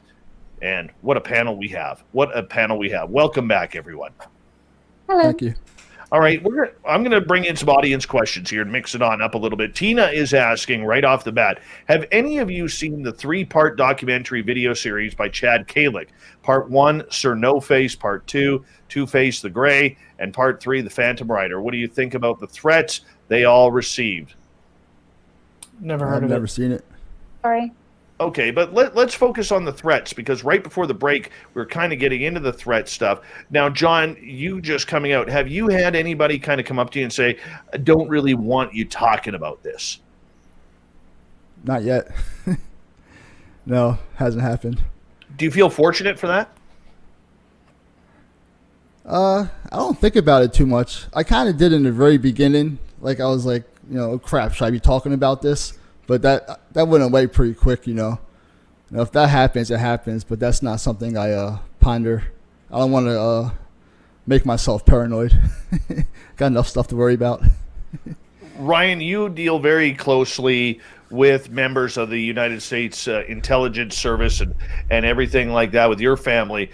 Have people ever approached you and say, look, Ryan, we don't want you talking about this publicly. We'll tell you, you can have a conversation with us, but we don't want you talking about certain things? Some folks have approached my father and said, if you don't tell it a certain way, we could kill you, we could arrest you, whatever. And I don't want to spread negativity. I don't want to, I'm not disparaging the United States government, but there are people associated with people in the United States government who run around wreaking havoc on experiencers and threatening them and scaring them and trying to make them paranoid, and it's abuse. So I just have to clarify, like, I don't, because I know there's a lot of people listening, I do not hate the United States government, but there's some things they do, or let me back up. There's some things that people do who are affiliated with people affiliated with the United States government that are very malicious. And since I was a teen, since I was 14, 15, 16, I can't speak for these two here with us tonight, but I was told since I was a teen by people who had badges and clearances who worked for Uncle Sam. They told me I would be tapped, I would be spied on, I would be watched, I would be monitored. They told me that for the rest of my life. So you tell me, Dave, why would they tell a child that? Probably for intimidation. Probably, maybe. I don't know. I don't want to put words in anyone's mouth, but I'll leave it there. That's crazy. Mm-hmm. That's And stressful. how about for you, Samantha? Because I know you have been part of the My Lab type program, MK Ultra. You've kind of run the gamut through everything. Yeah. And Dave, honestly, I go through periods where my PTSD gets really bad and I fall off the face of the map. And chances are, if you have emailed me sometime this year looking for a reading, I haven't gotten back to you yet because I've been dealing with my contact and how stressful it's been. To summarize it, yes, I have had threats, but mostly from my lab personnel in relation to discussing things about the certain groups of reptilians wanting to do harvesting of humanity. That's the only thing I've gotten in trouble for speaking about. Beyond that, I haven't gotten in trouble for speaking about anything. And you know what? It's weird because a lot of times I have been asked personally, Dave, you do this radio show. Have you ever been approached by men in black or people to, say, hey, you can't be talking about those topics? And I want to be open up front about it.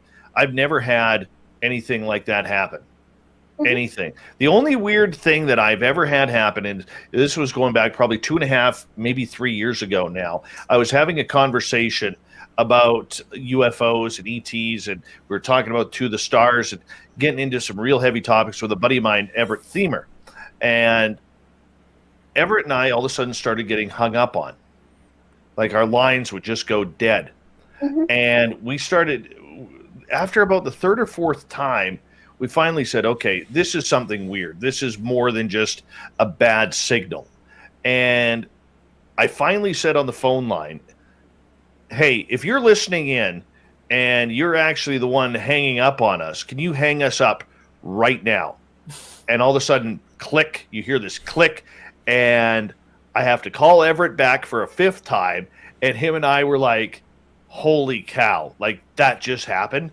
Like, and he was like, yeah, he goes, this is kind of weird. And I think it happened 1 or 2 more times after that, and then they just kind of left us alone. But it was the weirdest thing. Never had that happen before. But that's the strangest thing. I've never had, black ops vehicles or blacked out vans or cars, sitting in front of my driveway. I've never been followed. I've never had anything along those lines with the topics. Remote viewed? Oh, yeah. Oh, yeah. We've been remote viewed for sure.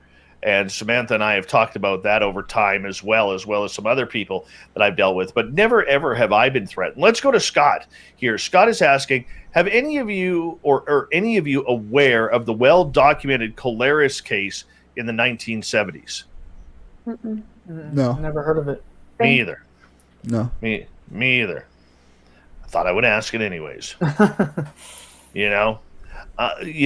as we move forward here, and the real focus is on the 25th and the fact that experiencers are being let out. Samantha, what's your idea of this being strictly focused on the U.S. Navy right now, not even any of the other branches of the military or any of the allies for that case?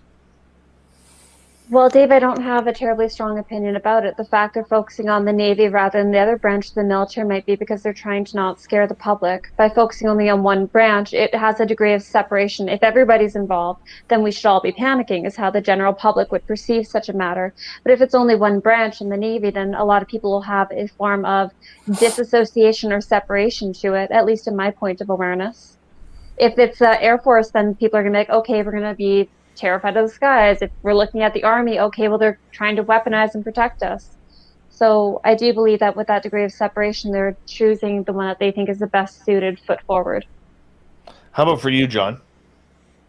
Do you mind repeating the question? Just in regards to the entire focus being on the United States Navy. We're not talking about any other of the branches. We're not talking humanity. We're not talking, people like us having these instances and these occurrences. Mm-hmm. I think it's all about their testing out UFOs basically is what I think it boils down to. I think the footage is test flights that are being tracked. I think it has nothing to do with ETs whatsoever. Because if it did, why would it be secluded just to the Navy? And honestly, why would it be just the United States? That's what I find a little fishy. I think that if real disclosure would happen, wouldn't it be like a worldwide event? I think it's kind of weird one country kind of leading the way, in my opinion. Now, I don't follow any type of ufology news whatsoever. You guys know way more than I do. I just kind of see what I see and kind of leave it at that. So that's the way I perceive everything. Ryan, I want to kind of rephrase the question for you, because I think, with what your family has gone through, it's a little bit different than what a lot of even UFO experiencers or ET experiencers have gone through. Knowing the fact that you guys are pretty much studied by the U.S. government, looking for everything from the lady to, UFO sightings and ET contact, do you ever feel like your family is almost like a hidden guinea pig in a cage? Yeah, sometimes. You want to know my honest opinion? My honest opinion, what the government thinks about my family? Yes. I think they know without a doubt that what's happening to us is 100% real. And they kind of like watch and listen to see what's going to happen next. Mm-hmm. I mean, if I'm being honest, watch the interview where, well, I shouldn't talk about other shows. We're on Spaced Out tonight, but Lou Elizondo was recently asked in an interview about my family, and he had this like, oh, I wasn't going to address the Bledsoes, and he had this very, very nice, thoughtful, circular response, making sure he didn't put down my family, but also like not endorsing us, saying we're wonderful people, we're not liars, but he doesn't have proof, but he believes us, but he can't prove it. And it was like this circular thing. Anyway, they know that there are people like us who are having real experiences. My family just happens to, for some reason, be on a big scale. I don't know why. And I really think they watch the experiencers to see what happens next, because I'm going to be honest with you, based on the people I've met, they're not like sitting in rooms chatting with aliens. That's Hollywood. They're not doing it. This is an interdimensional phenomenon. It's beyond their capabilities. I know that when they did the Skinwalker Ranch thing, they couldn't even capture it without it messing with them and terrifying them. And it's like, no, you're not going to pin us down. Did I dodge the question, Dave? No, I think you're nailing it. Okay, You're nailing it pretty good. You want to continue? Yeah, sure. I do this thing where I get in. I'm like my dad, man. We like to just ramble. But, anyway, so I think they know for a fact that experiencers out there are the real deal. My father just happened to report his case 14 years ago before this viral internet age. And they came in, they did the little documentary. Now it's like everybody's going to the internet and they're reporting stuff. You know what I mean? They can't keep track of everybody. Anyway, right place, right time.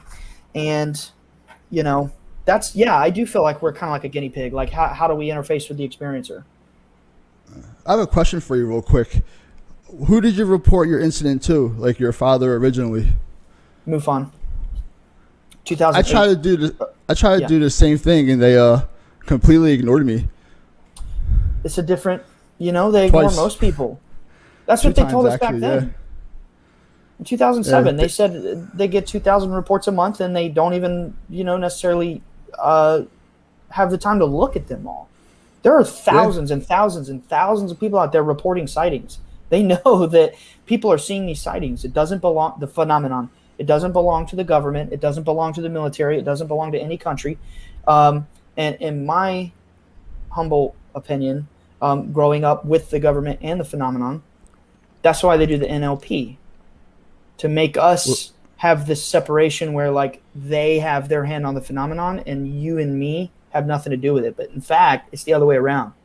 The normal people like me and you are the ones seeing it. I don't really think they are like they want us to believe. That's just my 2 cents. Well, one of the things that I heard recently, guys, is this. There are 3 phases to this. Phase number 1 is let's get it out into the media that there is some sort of phenomena happening that could be a threat to United States airspace. We've seen that happen. We're about to enter phase 2, depending on what comes out of the report, which is it's not Russia, it's not China. We don't know what it is. We don't know where it's coming from, but all of our intel says it is not human-made, and it could be from elsewhere. That's phase 2.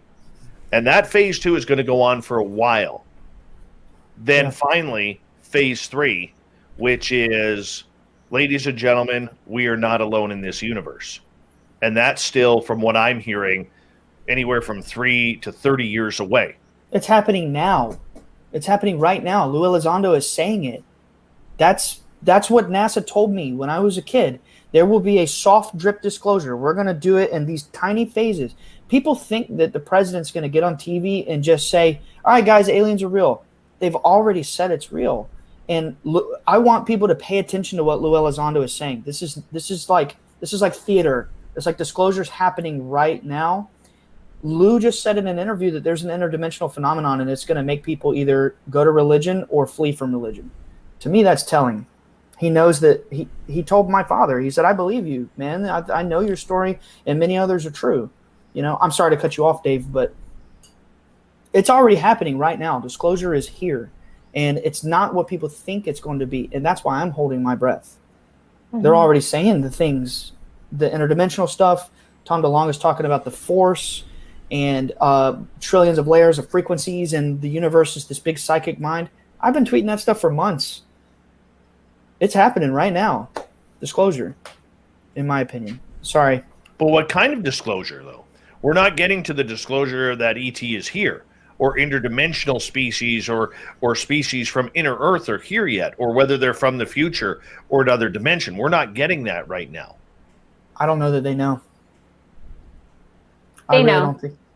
They undoubtedly know. We'll see. I honestly don't know. I honestly don't know if they do. But I'm they not do trying to know. doubt you. No, I'm not trying to be rude, Ryan. I'm really not. But I have seen them with reptilians underground. I've seen them with mantises. I have seen them with greys. They have ETs that are working with them. They are not just abducting people, having a black helicopter come over my house. They take us multidimensionally more often than they take us physically.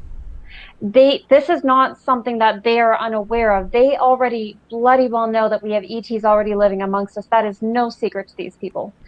There's just layers of this information that is being presented to people, and depending upon what it is that you are actually able to do, it really determines what amount of information you get from them.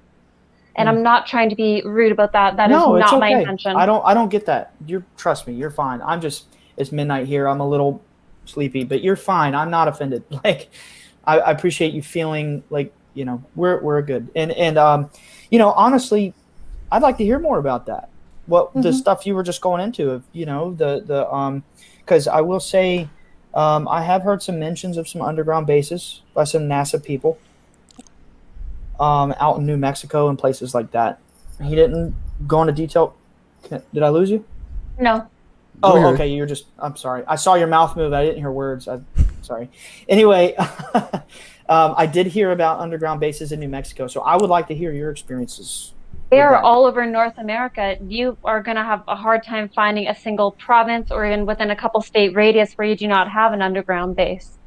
And the reason why I honestly believe this to be true based on my experiences is the amount of times that I've found myself in these underground bases isn't even funny. They have these network of tunnels that are connecting them. They do have high-speed trams or trains, whatever it is you wish to call them, that do interconnect them.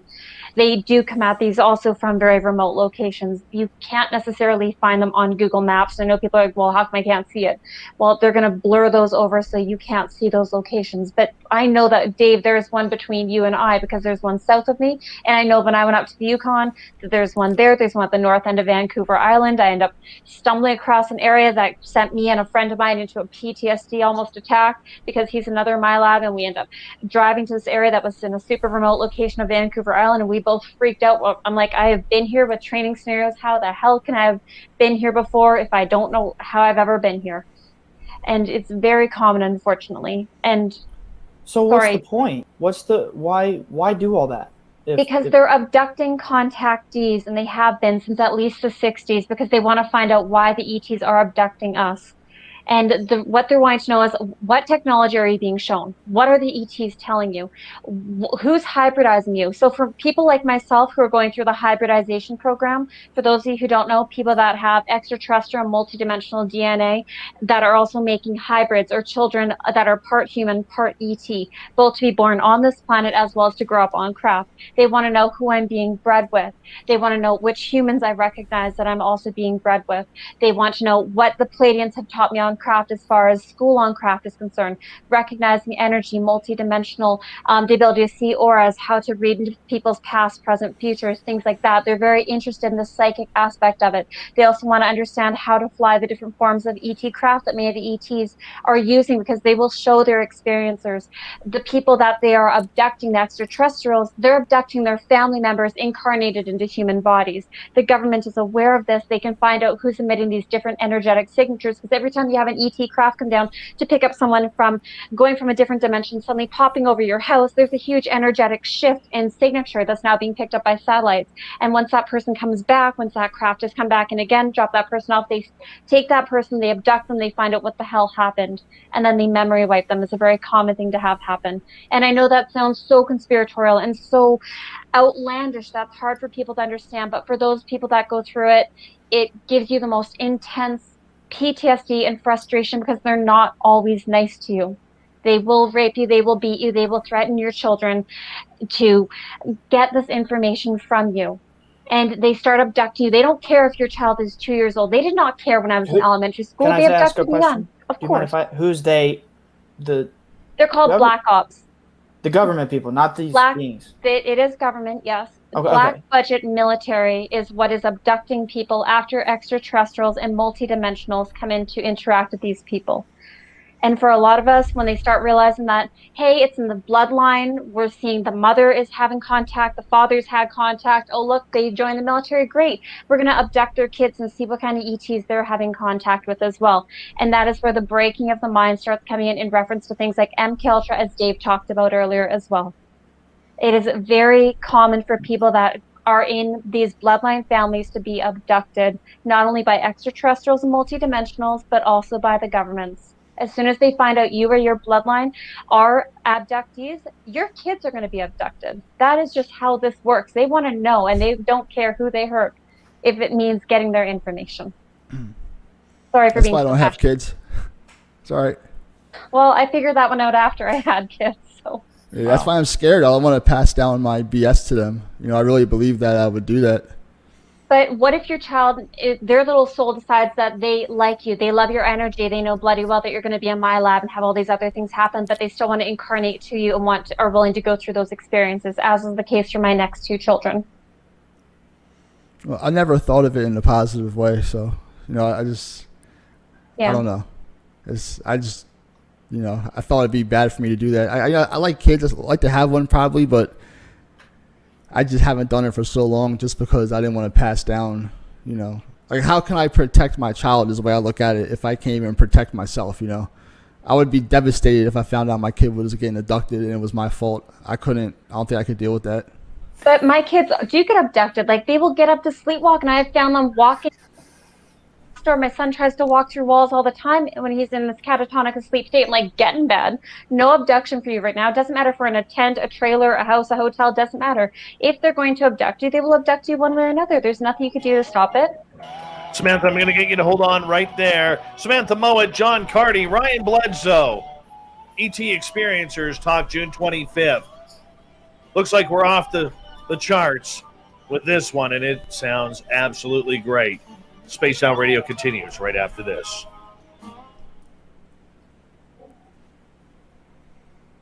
All right, we're clear. So batshit passionate. Listen Well, to that was you. heavy. That's the second.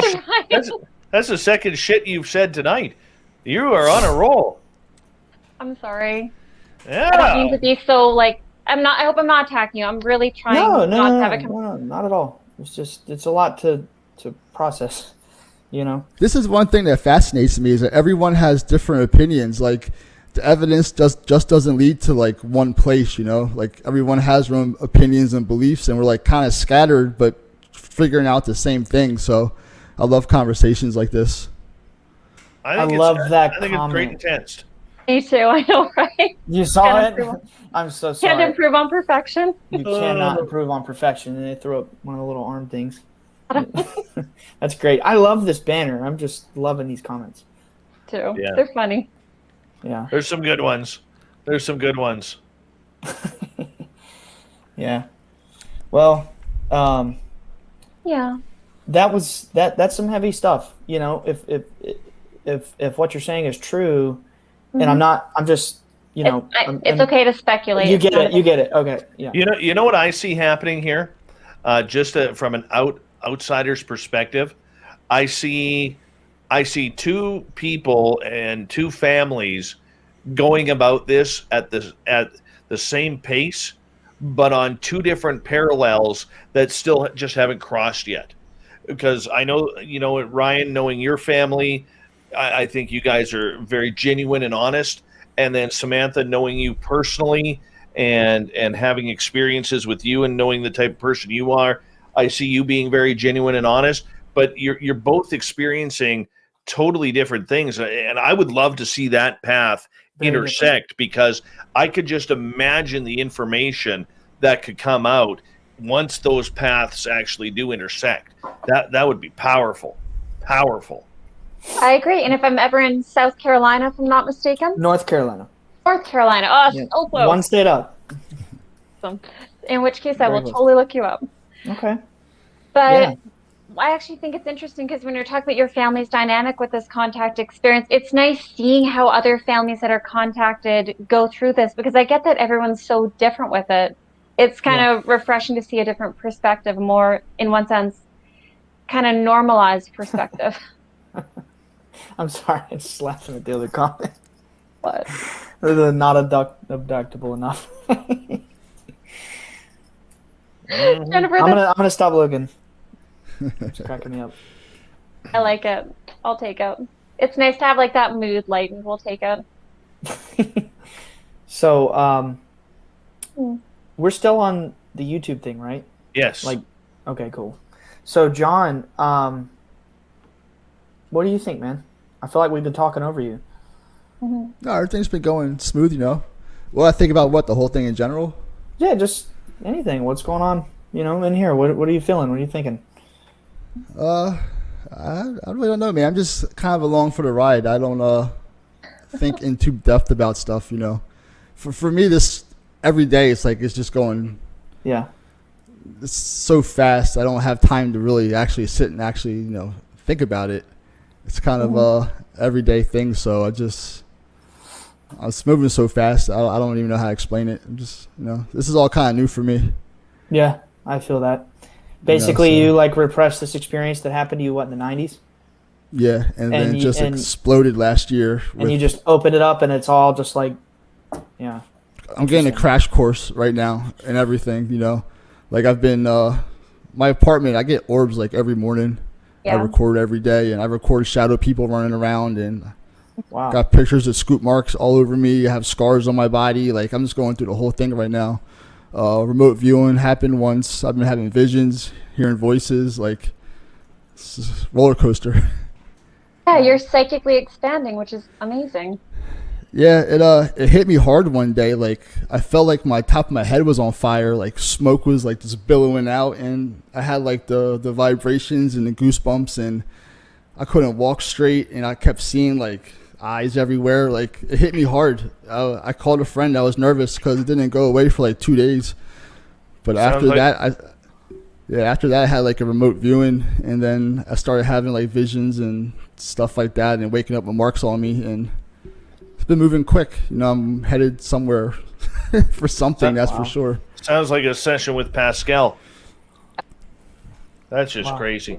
All right, we got 25 seconds. Big thank you to Vinster, Horror Realm, Aussie Ange, Minister Elaine, Jeremy, Cable Guy Matt, Science Bob, and Chad for the amazing super chats. It's a great way to support what we do on this show on a nightly basis, as we are here 7 days a week for your listening entertainment. Sit back, relax. We're going to get this thing going in 3 seconds.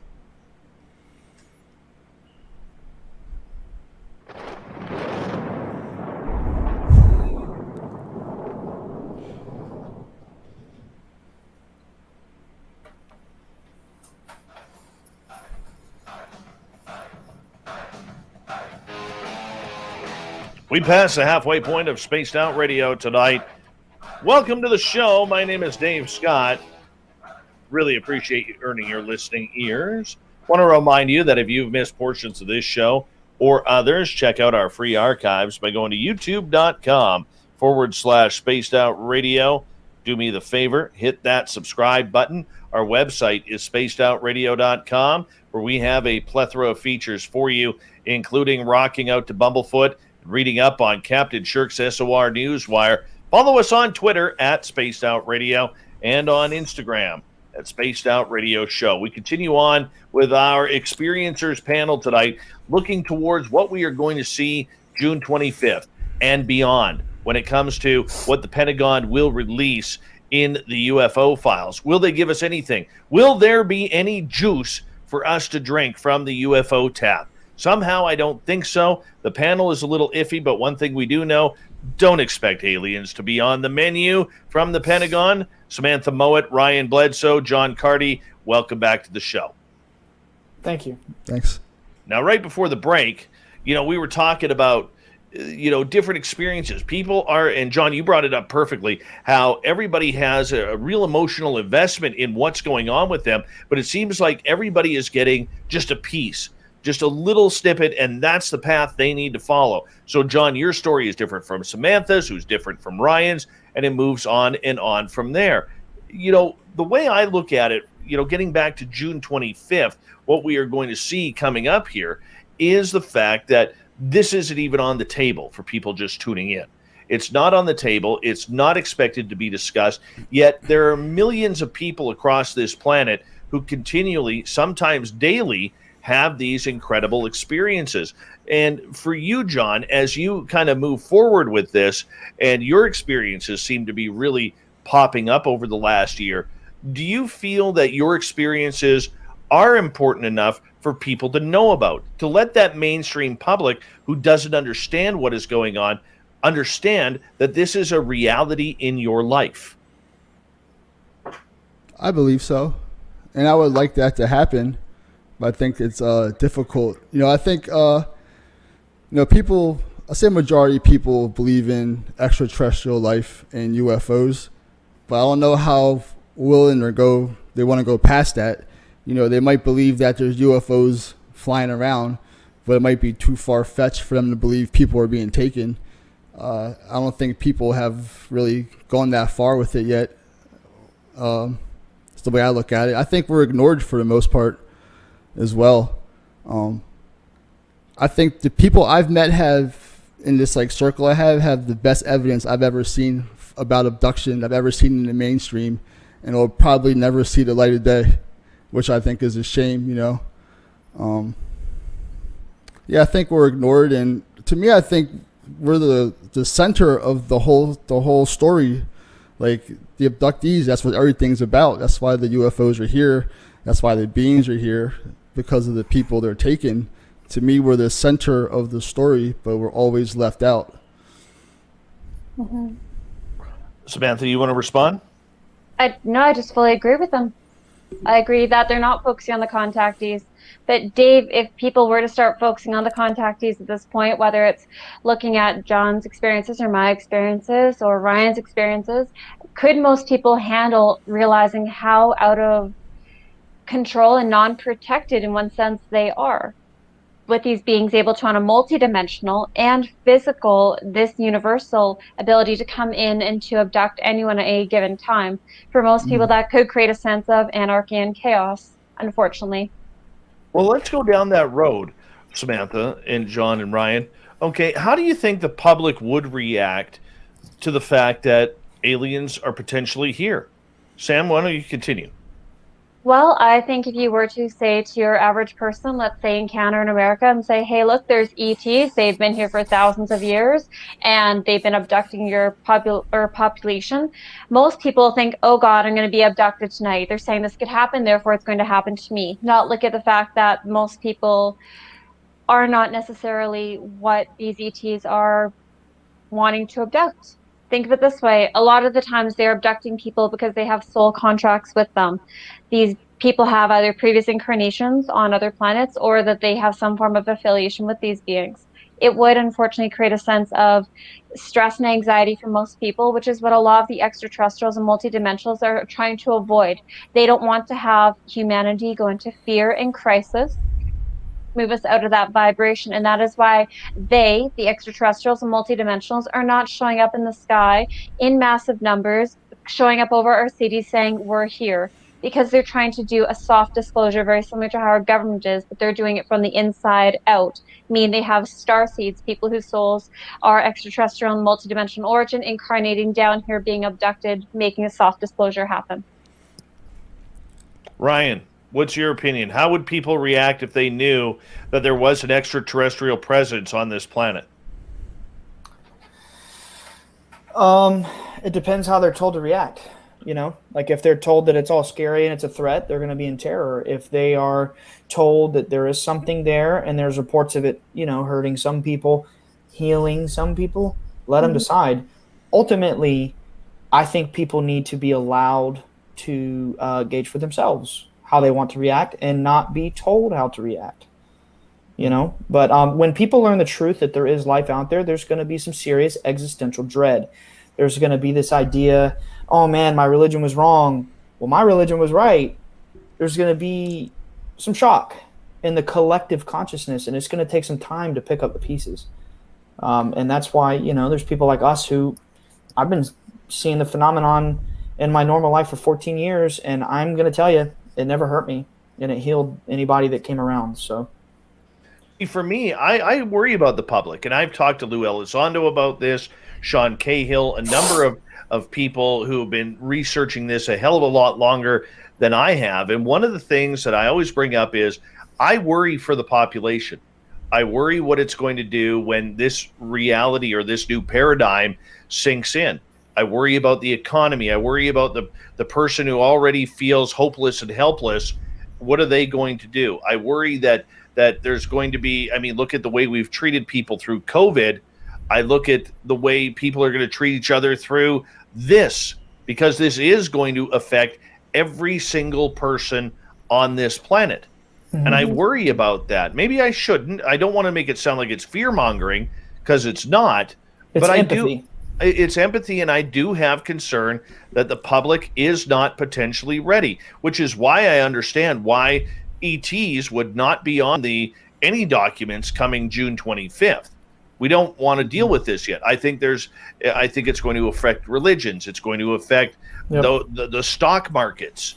You know, the only thing I really see moving forward here would be toilet paper, maybe Metamucil, and a lot of guns. A lot of guns being sold, right? And I don't worry about the aliens coming down when people buy guns. Okay, not that I'm not a gun guy, so I'm not trying to start a big gun debate here, okay? But this is what I see. I don't see them using those guns to protect themselves from the aliens. I see them trying to do something for their family, or potentially say, well, the aliens are here, not much else to live for. Armageddon has begun, and I've got a list. Or I'm going to make sure I'm going to go live out in the wilderness, and I'm going to set up a camp in a cave. This is where I'm going to live from now on, and I need a rifle and 15,000 rounds of ammunition in order to survive, because I'm living off of wildlife from now on. I don't want them aliens to find me. This is the potential that I see happening. Am I out of line here, John? But what type of event would convince that many people to act that way? Like, what would have to happen to even start that? It would have to be like some type of global event, pretty much, right? Mm-hmm. I don't know if we're going to get that far into it, personally. You know, it would have to be something like undeniable that the whole world sees for them to react that way. I think it starts off with whomever the president of the United States is, when they stand up at the podium at the White House and says, my fellow Americans, we are not alone in this universe. That's where I think that would never happen, personally. I don't think that would ever happen. But if it did happen, yes, it could start that way as well. But I think that's I would love to see it happen. Trust me, I'd be so happy. But I just don't see it, unfortunately. Sam? I do think that it could happen. And the reason why I think that it could happen to an extent is we do see many ET races actually getting very annoyed with how the humans are being treated on the planet this time and how quickly we're destroying our planet. A lot of the ETs that I've met have actually preached the fact that they want us to treat our animals better. They want us to respect the planet. They want us to actually show a degree of humanity towards one another instead of this divide and conquer that our governments are doing so strongly. And they're giving our governments a very limited time to be able to get their shit together. And if they don't, they are going to be, sorry for swearing, going to be putting things a bit more into their own hands. And so to an extent, yeah, I could see the governments with some of the beings that they work with be like, okay, we're not going to have the reptilians come out because that's going to just scare the living bejesus out of most people. So let's go with a nice little humanoid group. Let's go with one that looks like there's one that looks more Palladian, more Nordic, something a little less threatening, a little more similar to us that we can have a greater sense of control of our public over. It might be 50 years away. Go ahead, Dave. Ryan, I want to get your opinion on this, and then I have a question for Samantha. Could you reiterate the question? I was really just yeah. I mean, it's a heavy topic, but just in regards to, I can see that the government is not wanting to talk about this because of the fear that could happen within the public. You know, in the end, we have 7.8 billion people on this planet that are going to be affected by this, and we got to make sure that not everybody's freaking out, or a good portion of them are not by any sort of understanding of an ET presence on Earth. So how do you approach, from the government's perspective, how do you approach the subject, right? Exactly. You get a rock star who the majority of the world grew up with, because the majority of the world are millennials, who sold platinum albums to make the subject cool again. You make it entertaining. I'm just saying, pay attention to what some of these folks are saying. It's not just entertainment. They're really saying some things here that are intentional. And I need to be careful. Disclosure's been happening for years. It's already here since the Nimitz video released. I honestly don't think that the president will come out on TV and say, my fellow Americans, there's aliens here, because that's not the process. The process is drip. Years ago, they were talking about bacteria on Mars. That was a drip. The Nimitz. That turned the faucet on. Now everything you see these people in these communities, like intelligence, media, whatever, all these discussions they're having are, changing the collective unconscious, shaping the way that we see it. It's not just going to be some bam, okay, they're real. I don't think that's it. I think it's going to be very speculative. I have read some of these DARPA documents. They're always very speculative. And I am just concerned that they're going to speculate, is it a threat? I hope they don't. I really hope they don't. Because they know it's not all a threat. All right, I have a couple questions here. Lots over in the UK is asking, Samantha, is there a way people can protect themselves from mind control plus psychotronic weapons and technology? As far as the tech is concerned, I'm sorry, I don't know any ways to properly protect yourself from the tech. With the psychotronic weapons, I haven't figured that one out. I have no idea how to protect me from that or how to protect you from that. With mind control, the easiest way is to honestly not have TV. It's called programming for a reason, unfortunately. I agree with that one.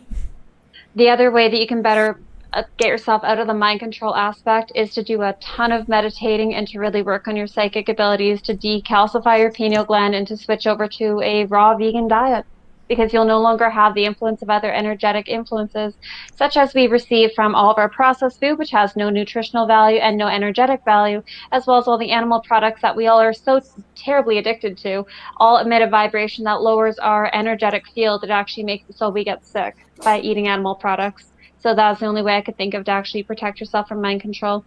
Sorry. Not giving up bacon. Oh. Not giving up bacon. Wow. Not.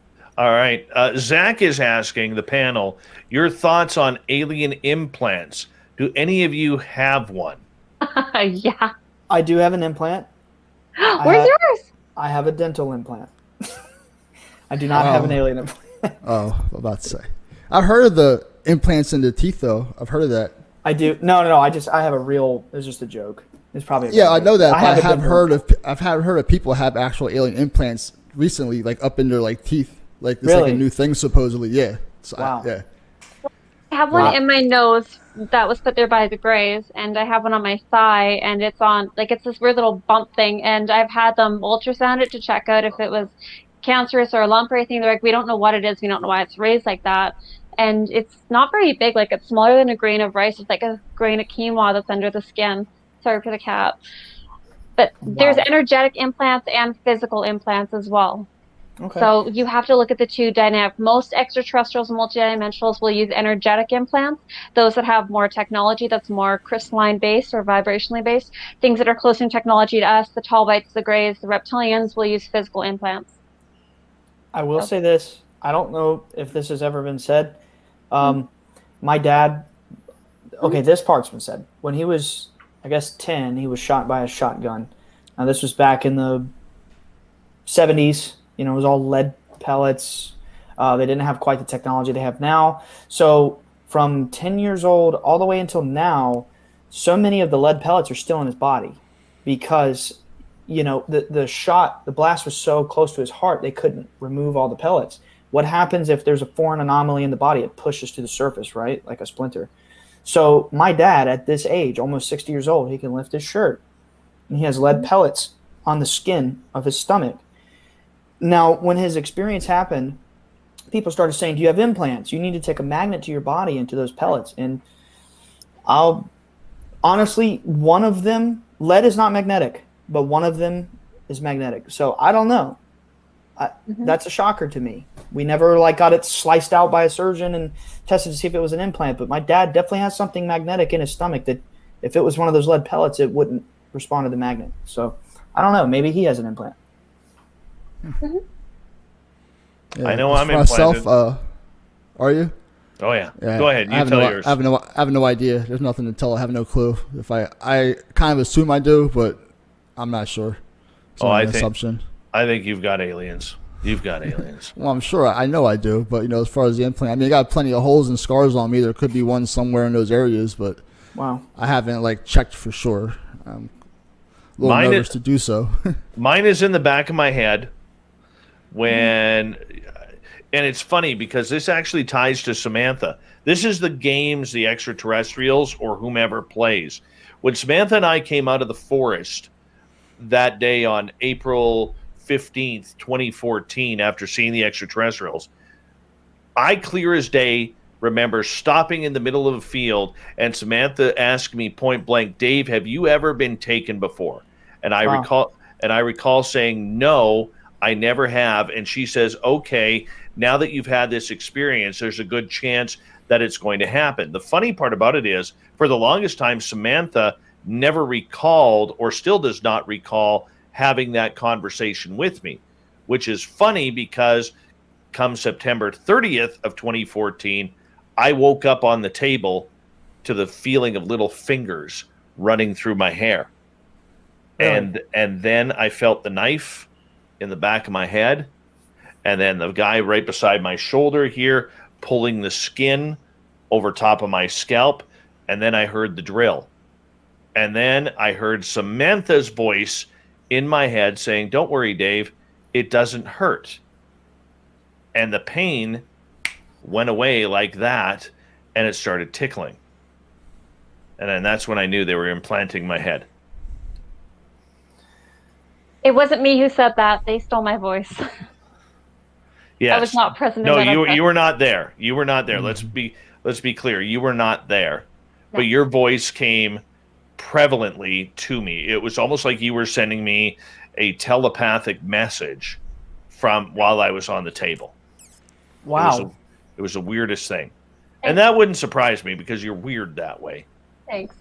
But Dave, they would do one of these where there's a pressure point right here that I often find myself holding on other contactees where you have a couple of fingers, two and one behind. One goes behind the shoulder blade, one goes right here, and they're pressing something, and it puts people into a more relaxed catatonic state. And I've held that on other people when I've been with ETs and we're abducting someone. I know that sounds bad, but it's to put people in a more relaxed state. So it wasn't mean. So. No, I don't recall ever being pinched. Because I recall it all of a sudden tickling, mm-hmm. and then they had to rush me back because I had to go to the bathroom. That's the truth. That is the truth. So Okay, I mean, genuinely don't know any of this story, so I'm just gonna act like I'm a call-in. Why? Like, what did they do to you? What? well, after it was funny because Lorian Fenton, who I'm familiar with her. okay, Lorian Fenton laughs every time I tell this story because she literally says, "Dave, I know your story is real because no one would ever admit to this." My face, okay, I'm lying on a metal table. And I wake up like I am conscious while this is happening. And I am feeling them work in my head, trying to cut open my skull. And there's one guy here who's holding the skin of my head, this way, and the other guy is trying to get his fingers into where they cut and try and jam something into the back of my head. And in the meantime, I gotta pee. And I start saying, yeah, my face is in one of these donuts, like a massage table donut. And I'm literally sitting in there and I'm yelling at him. I'm like, guys, you got to hurry up here. I got to piss like a racehorse and I'm going to pee all over your table if you don't hurry and get me back. And I kept repeating this, like, guys, hurry up, man. Don't mind what you're doing. Just get me back so I can go to the bathroom.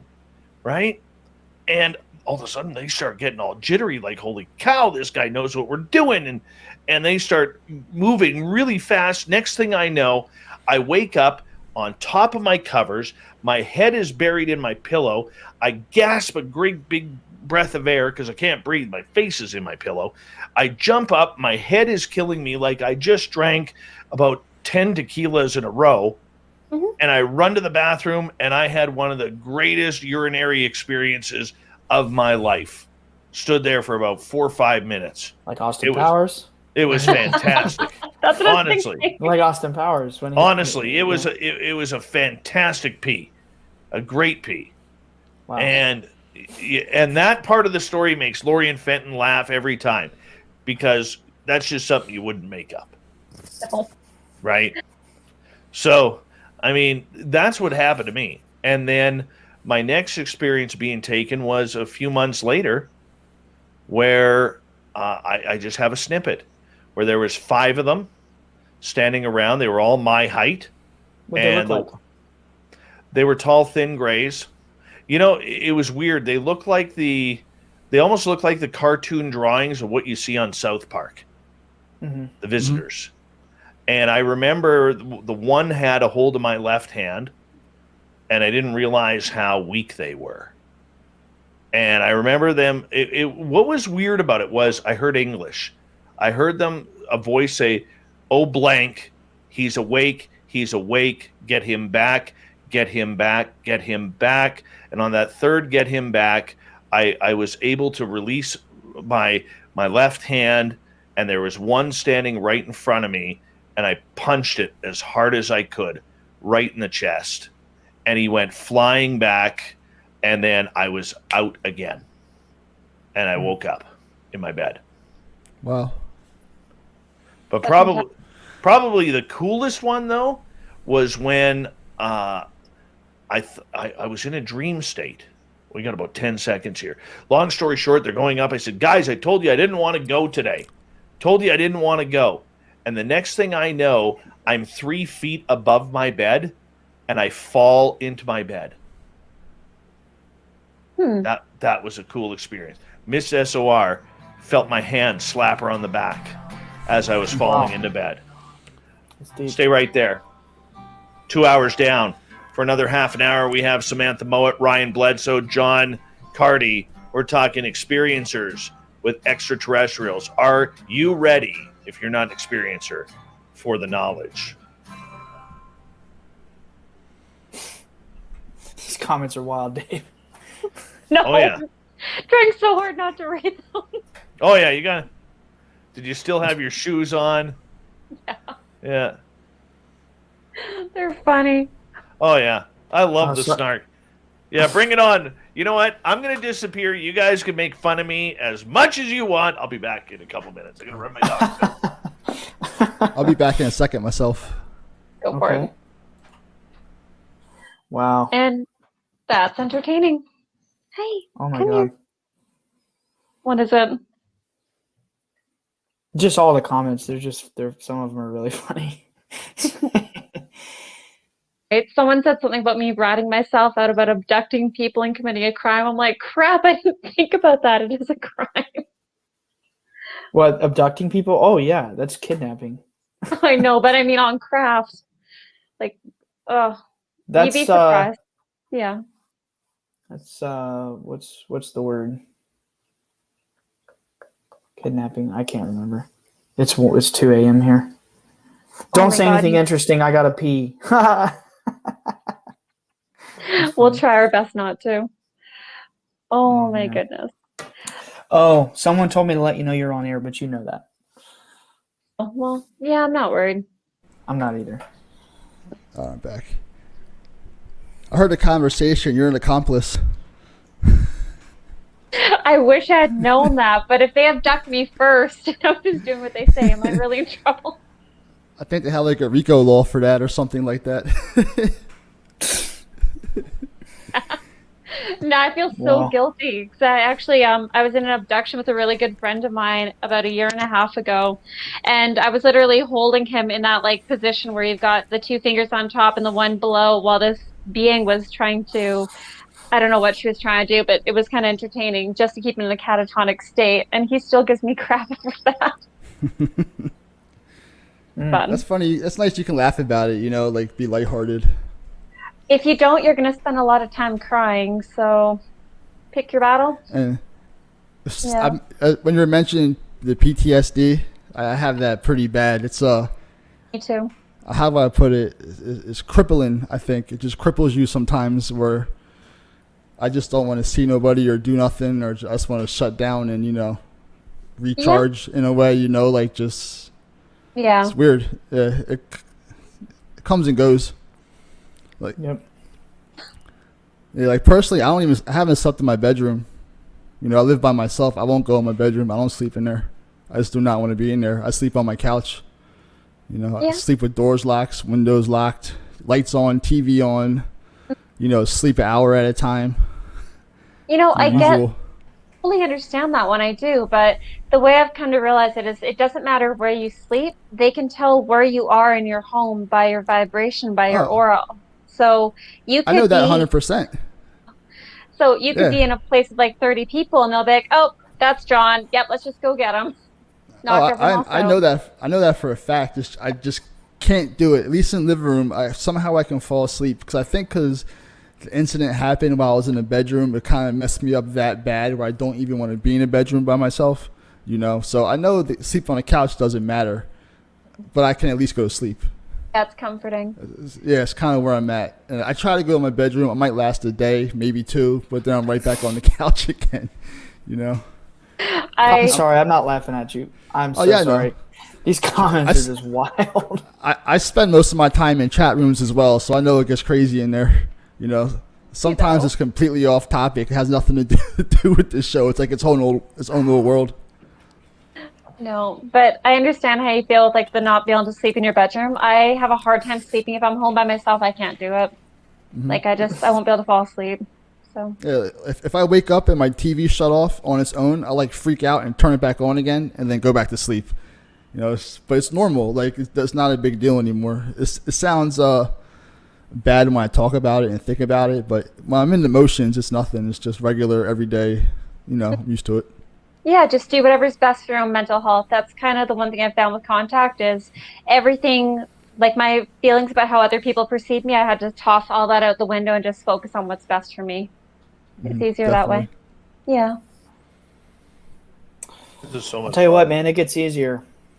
Mhm. My brother Chris Jr., he was kind of like what you're describing. Like he couldn't sleep without a light on or, doors unlocked for years.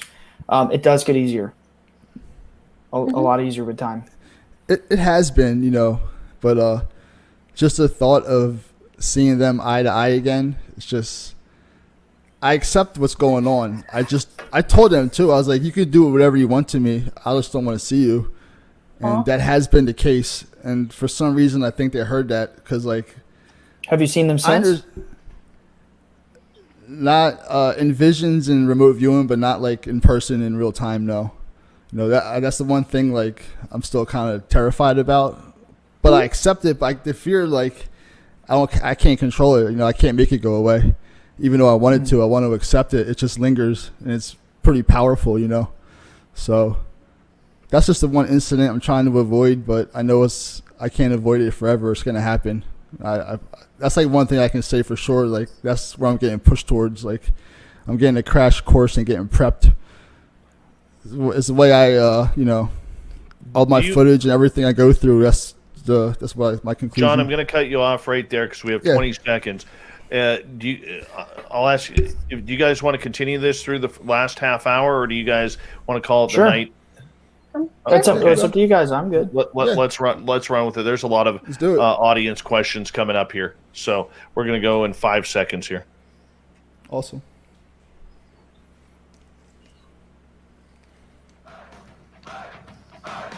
Would you like to connect with us? Head to spacedoutradio.com for all your latest show info.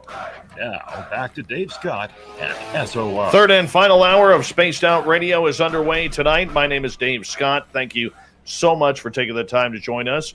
And we want to say hello to everyone listening in on our terrestrial affiliates around North America, digitally on TalkStream Live, Revolution Radio, and KPNL. All of our archives are free by going to youtube.com/Spaced Out Radio. Just do old Davey the favor, hit that subscribe button. The Desert Clam has set the password for tonight in the SOR Space Travelers Club. Syncatagoramatic. I'm not even saying that again. As the Clam sets the password each and every night right here on Spaced Out Radio. Our website, spacedoutradio.com, where we have a plethora of features for you, including rocking out to Bumblefoot, reading up on Captain Shirk's SOR Newswire. Follow us on Twitter at Spaced Out Radio and on Instagram at Spaced Out Radio Show. We continue on with our Experiencers panel tonight leading up to the June 25th Pentagon reports. What will they give us? Will they give us anything? How much will be blacked out? We got the opinions from those who are experiencing this almost on a daily level. Samantha Mowat is with us. John Carty, Ryan Bledsoe as well. And Samantha, before we go any further, there's a lot of questions in the chat room about the name of your cat that is on your lap for our YouTube channel. It's a good question. We couldn't hear you, hun. Hunter Moon. Hunter Aww. Moon. Mm-hmm. There you go. Good-looking cat. Solid cat. Thank you. Yeah. All right. Let's start off with Joe's question. Do people get abducted while in prison? Guards ever find people missing? Have you heard any of those cases? No, that's a good question, though. No, I haven't heard any. Have you guys? I've heard of one. There is a story in the Bible. I can't remember what disciple it is. And he, like an angel, appears and breaks him out of prison. Now, I know that's funny. I know you're thinking, what does that have to do with UFOs? But remember, looking at them from all angles, that was an abduction story. Thinking outside of the box. For sure.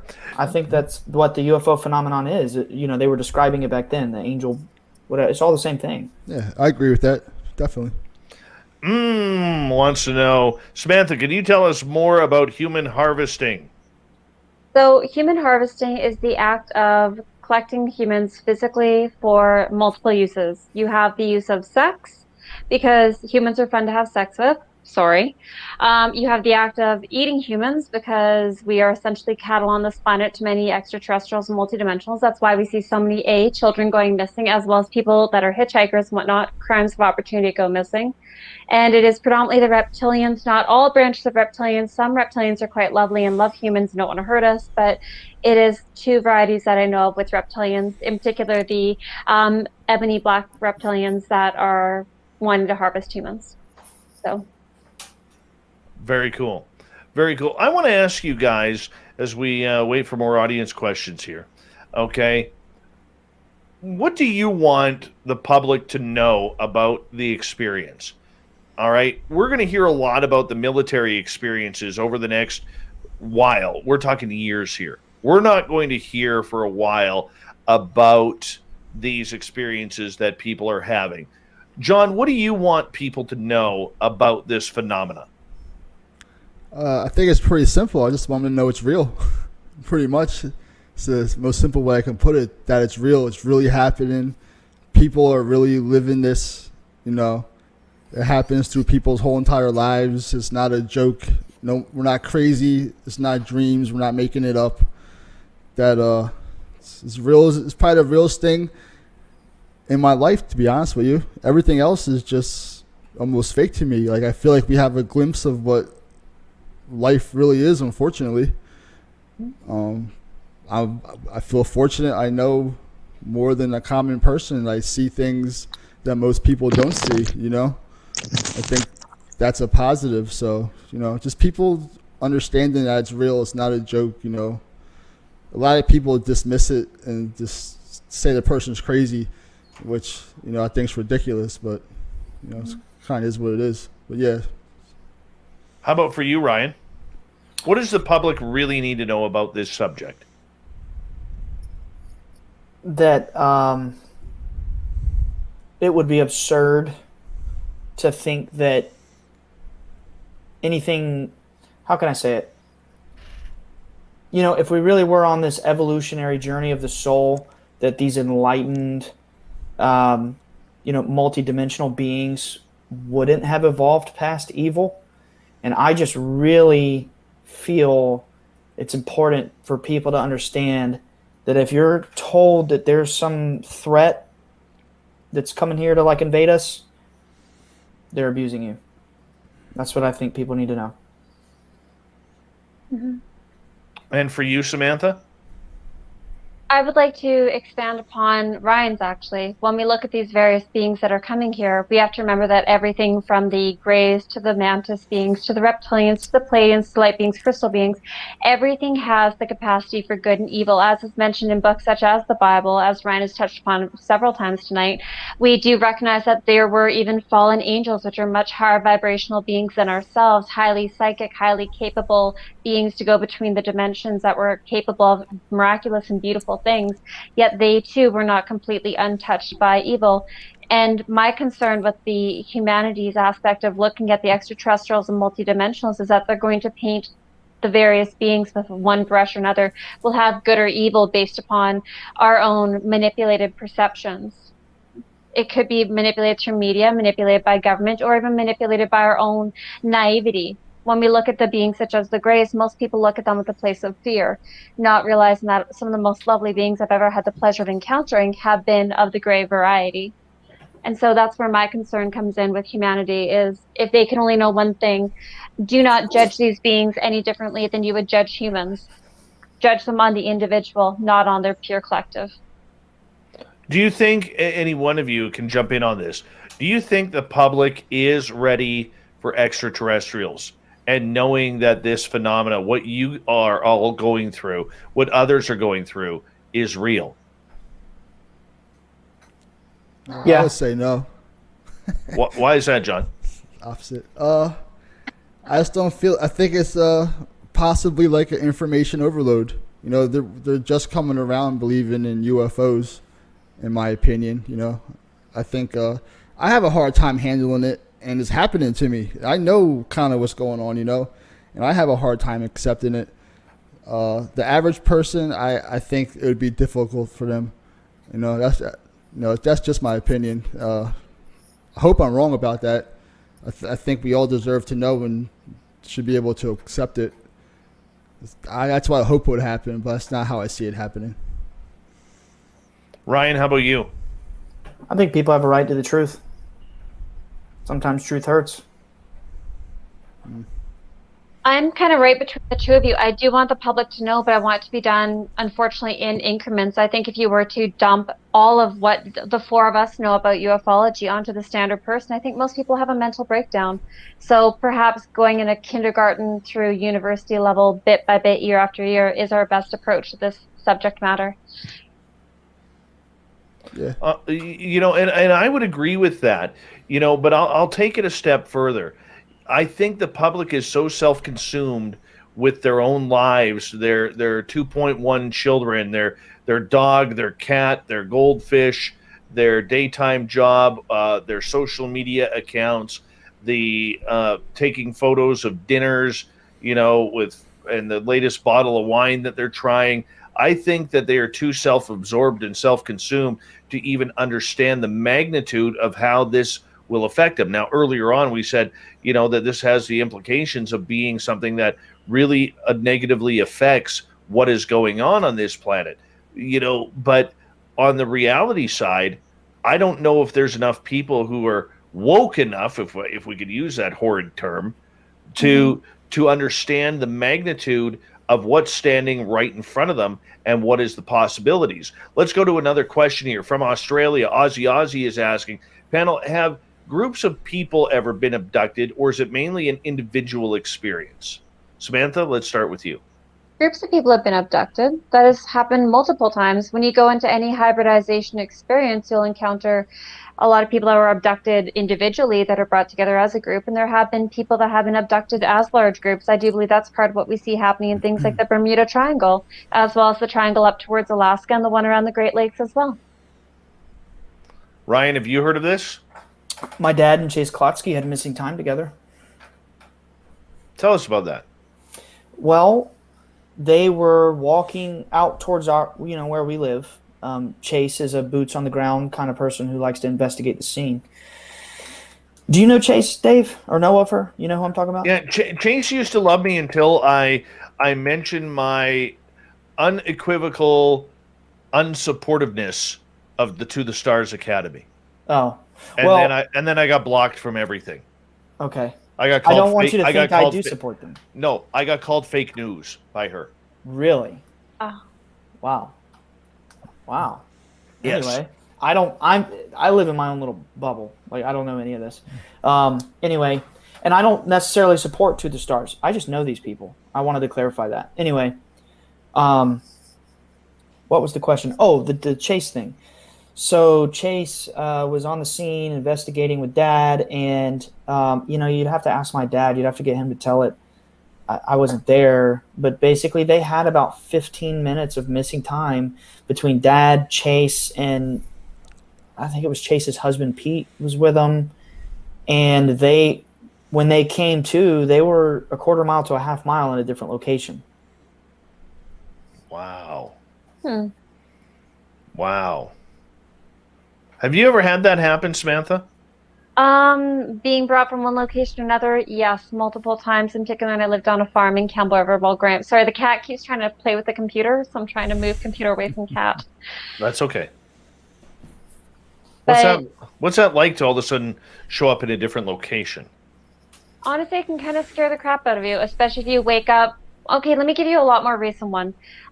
Last year, I think it was last year, not the year before, I woke up in my nightgown and I was literally about a block and a half from my house, standing in front of an apartment building and a small mall complex. And it scared the crap out of me because it was cold out, it was dark out. I'm wondering, why the hell am I outside in my underwear and a nightdress? Not really somewhere you want to be in the middle of the night with no idea how you got there. And I look up and I saw a black triangular UFO. And this was maybe like a 10-minute walk from my house. So when they do stuff like that, honestly, it is a bit of a piss off because you're like, come on, you know where I live. The least you could have done is put me back in the right space. And as a parent, that does concern me that something like that will eventually happen to one of my children, where they could wake up somewhere else. And because when I was a kid, I would wake up in the weirdest places, outside on the lawn or locked out of the house and stuff like that. And it's very stressful to go through situations. I can only imagine what your father felt, Ryan. That would be a very frustrating situation to go through. Nothing really shocks us anymore, if I'm being honest. Oh, good. Yeah. If anything, John, we're relieved. Sorry, go ahead. Don, have you ever had any location changes? I've went from my bedroom to my driveway. I know that's not a far distance, but So frustrating. I was playing video games in my bedroom, and then like in the blink of an eye, I'm in the middle of a conversation with my friend in my driveway, and I couldn't hear what he was saying. I just saw his like lips moving, and I kept thinking like, how the hell am I outside? Like, what the heck happened? And I slowly was able to hear him, and I kind of jumped into conversation and just blew it off and like dismissed it for a very long time. But that was such a strange feeling. I kept saying to myself, how am I here? Like I thought I was crazy. Like I had like amnesia for like a couple minutes. Maybe I walked outside and forgot the whole thing. But the older I got, I realized that probably wasn't the case. And that probably happened like a year after my abduction when I was younger. But yeah, Wow. I didn't go far, but I definitely went somewhere. Casual Conversation with GNA is asking, can any of you interact with aliens upon request? On occasion I can, but mostly if I need medical healing more than anything else. John, how about you? I feel like they're waiting for me to do that. I honestly believe that. If I really wanted to, I could. I feel like they're a little impatient with me, to be honest. Yeah. That's my gut feeling, yeah. So I think I can if I wanted to, pretty much. Ryan? Your dad can. Well, if you ask Dad, he'll say, I don't, make them appear. They just appear because they want to. He's very humble about it. I think if you have the right intentions, you have the right mindset, and you go out at night or day, whatever, and you request an appearance if it interests them, if it's in their will, whatever. If it's right, they'll show. It's not like some summoning ritual crap. Like, it just doesn't work like that. Well, you could, if you're using your telepathy and you're connecting to certain groups, you can do what's known as an invocation to bring them forward, because a lot of contactees do practice magic. It is related to psychic Really? abilities. Yes. Wow. Especially our ruling elite, they do practice magic quite a bit. And that's why we see everything from the study of not only astrology taking place, but also you will see that there's a strong overlap when it comes to blood magic, sex magic, things of that nature as well. Even the extraterrestrials and multidimensionals, they use magic to an extent when they're doing bonding and pairing between two contactees who they want to have get together in real life to get married and have children, because they produce happy, healthy hybrids. It's all interconnected in a way that most people don't understand. It depends on the groups you're interacting with and what their intentions are. All right, Bama is asking, do they want our souls or bodies? No. They don't want our souls. That's not how this works. Our bodies, to an extent, they will utilize our bodies, but they will not take our bodies. They have their own clones that they can go into. What do you guys think about this? Well, they told my father that they were here basically to guide us on the journey of the soul, and that they guard and maintain nature. They're basically the forces of nature, and they're very concerned about the development of our soul. I don't think they want to take it from us. That's my experience. I agree. Your feelings, John? I think it's more biological, personally. And I only say that because of all the scars and holes on my body. I don't think they would be drilling me and prodding me if it had anything to do with my soul. Personally, like I said, I think everybody's experience is different, though. I think we all experience different beings as well, and every situation is different. But for me, I think it has something to do with my DNA, possibly. And that's just because of the wounds I have on my body. Makes sense. Let's go to Joe's question. As we got 5.5 minutes before we got to go to break at the bottom of the hour. Samantha Mowat, John Carty, and Ryan Bledsoe are our guests tonight. Joe is asking, when aliens abduct people, do they ever steal souvenirs? I would like to say yes on that one. I found one other person who had this happen to him as well, is silverware always missing. I used to get Wow. being dead serious too. I used to get grounded and yelled at my whole life. My parents thought I threw away all the silverware. Like, all the knives would be missing. I'm like, I'm not doing it, But to this day, like, I always find my silverware dwindling down where I have to buy more. It's like the strangest thing. It might not have anything to do with that. But I'm not throwing silverware away. Like, I would know if I was doing that. It's just always been disappearing my whole life. And, I have no proof that's what it is, but I can't figure anything else out. It's the strangest thing. And I met somebody who brought that up to me first before I mentioned it to him. And that's the only reason I put the two together, because she was like, I'm always missing my forks. And I was like, no way. Like, no way. That's crazy. And I was like, are they really taking my knives? Like, what's going on? depends. Some ETs do collect things from around the universe, and they do collect human things. There's one hybrid that I met that she had playing cards and a deck, and she had a dried out snake, and she had a whole like a human desk, and she liked to collect human things because she was part human. She saw it as a way of connecting to her heritage.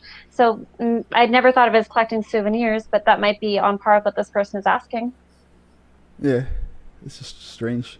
Drinking glasses at my house. Oh. When I lived in a haunted house in Mission with my ex-wife, our drinking glasses and our teaspoons went missing. Right. Like to the point where we were down to 2 drinking glasses for 4 people. Yeah. It was insane. Wow. It was insane. I was getting grounded all the time.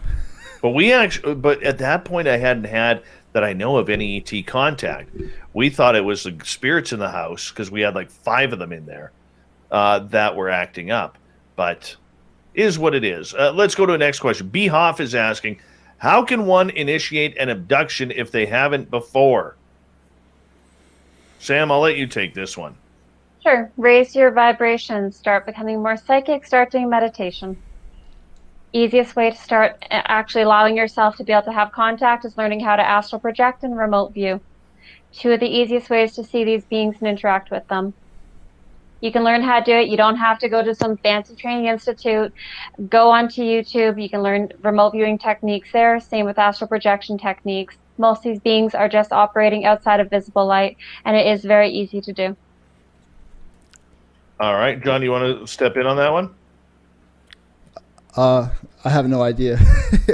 I agree with her pretty much. What she said made sense. I don't know why somebody would want to do that in the first place, so... Me too. Me too. G. West says, as someone who is not well read in abductions, is there a Tic Tac Nimble video that is the equivalent to abductions? Have any of you seen a video that you said that's the real deal right there? The closest thing I've seen was Steven Spielberg's series Taken. They do highlight a lot of aspects of the contact experience quite beautifully in my perspective. How about you guys? Which movie? Oh, Steven Spielberg's miniseries Taken. I'll have to check that out.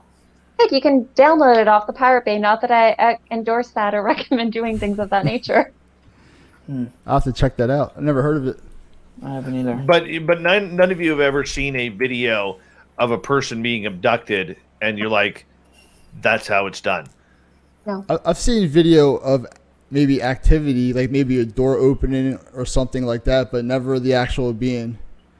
I don't think it hasn't happened yet. You know, that's the reason I have security cameras in my apartment in the first place, because I wanted to capture one. I was pretty confident of it, but I don't think it works that way personally. Yeah. How many cameras you got up in your house? I have 2 in my living room. I have one facing this way and then one under my TV facing the couch where I sleep that roll 24/7. And I've actually captured some like alien orb figures and shadow people, so that's been pretty fun. Getting some footage. That's amazing. Maybe one day you will be able to get that $1 million film, man. You know, I think it's everyone wants that one piece of footage, you know, like that one definitive piece, but I think that's almost impossible. You know, I think I have some pretty good stuff, and I know it's in a lot of people's eyes, it's not enough. You know, it's like never enough. Never. You know, I could take a selfie with a gray, and it still would never be enough. Very true. Guys, I'm going to get you to hold on right there, and our great panel tonight of Ryan Bledsoe, Samantha Mowat, and John Carty are going to stick with us right to the top of the hour. I know it's late for John and Ryan on East Coast time, but I think we're having too much fun taking your questions, talking about ETs, abductions, June 25th. Let's continue the roll here on Spaced Out Radio when we come back.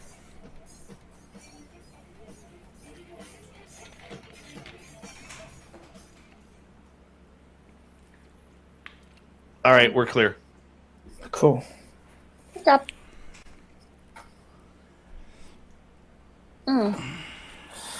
It's getting later and later. I'm good. I promise I'm not bored. Hey, you're doing great, Ryan. You're doing great. I'll fire you up this half hour. Okay. All right, You don't look tired. Trust There you me. Yeah, it's 2:30 here. I'll be right back. I'm gonna use the restroom. Okay. Yep. Oh my goodness. But one thing I found is we had security cameras all around our outside of our house for quite a while, just trying to capture it too. And every time something would happen, they would turn off our cameras and it would just be a blank spot. We're like, well, there's no point in this. So we just gave up after a while. But I hope you have better luck than I did.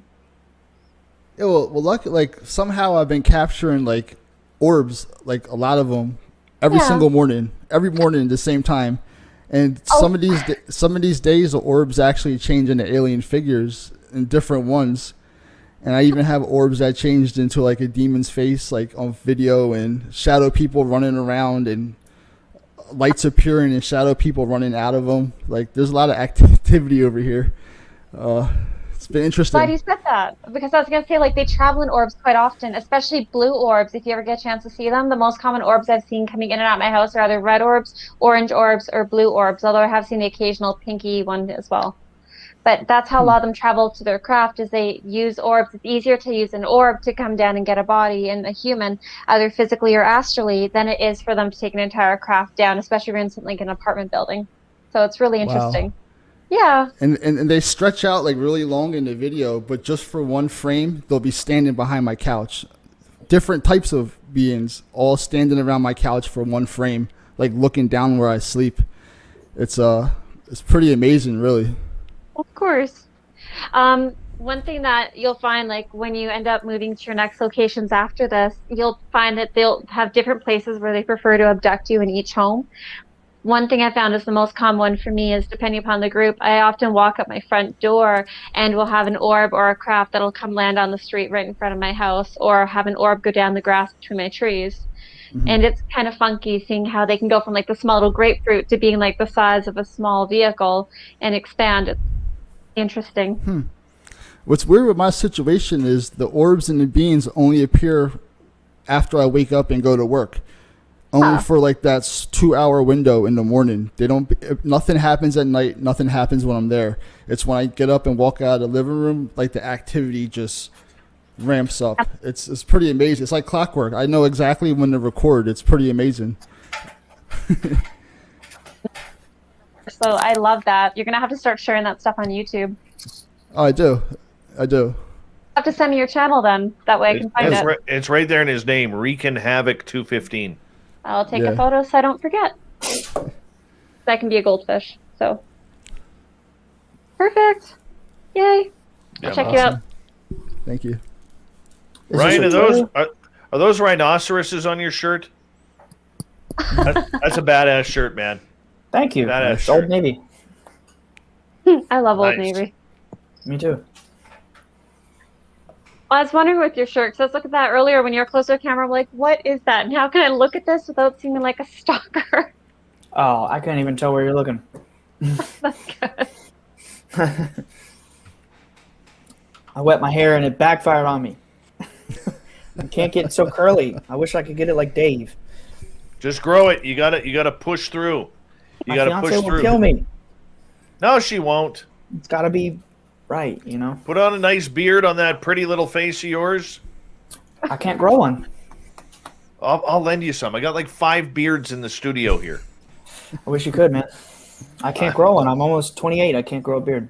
What do you want? What kind do you want? I've got old man. Thick. I've got handsome gray. I want the.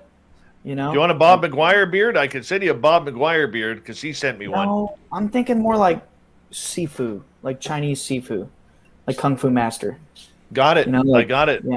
That reminds me of a guy named one of our listeners, Bruce's beard. Yeah. I can send you Bruce's beard. Just glue it on and you'll be good. There you go. Yeah. Only the finest beard oils, my friend. Only. That's what I hear. Yeah. Mighty Moose Beard Oil. Go to MightyMooseBeard.com. Tell Gary the Dutchman that you want to use promo code SOR2019. Remember, Dutch people don't like to give deals, but this one does. MightyMooseBeard.com. Oh, God. Yeah. All right. Big thank you to G West, Lots, Kamloops, Lib, Vinny, Horror Realm, Ange, Elaine, Jeremy, Matt, Bob, and Chad for the super chats. Here we go with the final half hour, everyone. We're 5 seconds to showtime.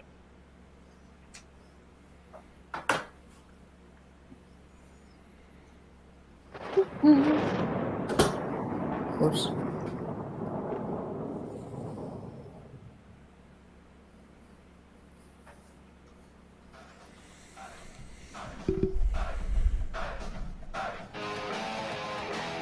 Final half hour of Spaced Out Radio is now underway. My name is Dave Scott. Appreciate you taking the time as we do things a little bit differently tonight. We're going to skip the news. We're going to skip the thought of the Dave, and we're going to continue with our panel tonight of Samantha Mowat, John Carty, and Ryan Bledsoe. We want to remind you that if you missed most of this show or others, check out our free archives by going to youtube.com/Spaced Out Radio. Do me the favor, hit that subscribe button. Our website is spacedoutradio.com, where we have a plethora of features for you, including rocking out to Bumblefoot and reading up on Captain Shirk's SOR Newswire. Follow us on Twitter at Spaced Out Radio and on Instagram, Spaced Out Radio Show. Now, we're going to get right to audience questions here with our panel, who is talking about UFO and ETs, abductions, ET contact. What does this mean come June 25th? We have all agreed that this is not going to be anywhere close to what the Pentagon releases in just a few days from now, but that's okay. We're telling real stories, real experiences here. We're going to start off with a question from, let's get to it here. Let's go to Big J, who is asking, what was the first time being taken like? John, You guys are better for this. John, let's start with you. What I think is the first time is the only time that I remember, and I don't remember actually being taken. The last thing I remember is just seeing them looking in my window. I only remember maybe 2 minutes. That 2-minute experience is all I remember pretty much my whole life. But, I know it's continuing. With the first time, it was definitely caught me off guard. It came out of nowhere, that's for sure, and definitely stunned me and affected the rest of my life. It wasn't a positive experience for me at all. I wish I could have looked at it a little differently and approached it differently looking back on it, because I had nothing to be afraid of.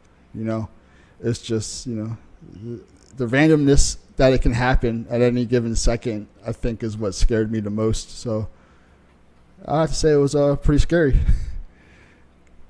For me, I woke up on the table, and as I said earlier, and that's where it really freaked me out, because I didn't know what was going on. I was excited because my friend Samantha told me it was going to happen, even though she doesn't remember me telling her that. And I was, I remember laying there thinking, I wonder what they're going to do. And then all of a sudden I hear the saw. And I'm like, oh, that doesn't feel good. And then all of a sudden it started tickling, because telepathically I heard Samantha's voice telling me it doesn't hurt. And all the pain went away, and I started giggling and laughing till I had to pee. So that's how mine went. But, I mean, I recall 7 or 8 of my experiences now of being taken. And a couple of them I don't want to remember. A couple of them I think are really cool. A couple of them I just don't understand. I don't understand. But it is what it is. That's the way it goes. Ryan, you haven't been taken yet, have you? Not to my knowledge. No, you're boring. I have a lot. You're boring. Not boring. I'm teasing, by the way. It's okay. I can take a joke. All right. Let's go over to Jennifer's question. She is asking, have you guys witnessed other beings being abducted, or others being abducted where you were present for other people's abductions? Yes. No. I've seen my kids be abducted, my parents be abducted, my sister be abducted. I was abducted with a woman that I went to one of my mommy groups with. She and I remembered seeing each other when I lived in Mission, which was entertaining. And I've been abducted and abducted my primary hybridization breeding partner on multiple occasions. And when he's ready to start speaking about this publicly, I'd love to have him verify this as well. Wow. It's entertaining. That's the best way to view it. You can't really look at it from fear or anxiety or from, even complete jubilation or anything, because we are not educated enough to really understand what their true objectives are behind these abductions. Sometimes when I do go with them to abduct people, for instance, this is going to sound very odd to a lot of you, but when you go up on craft, sometimes you will shift out of your human body and you will step out of this body and you will go into an ET body. Your soul will literally transfer from what it's in now into something else.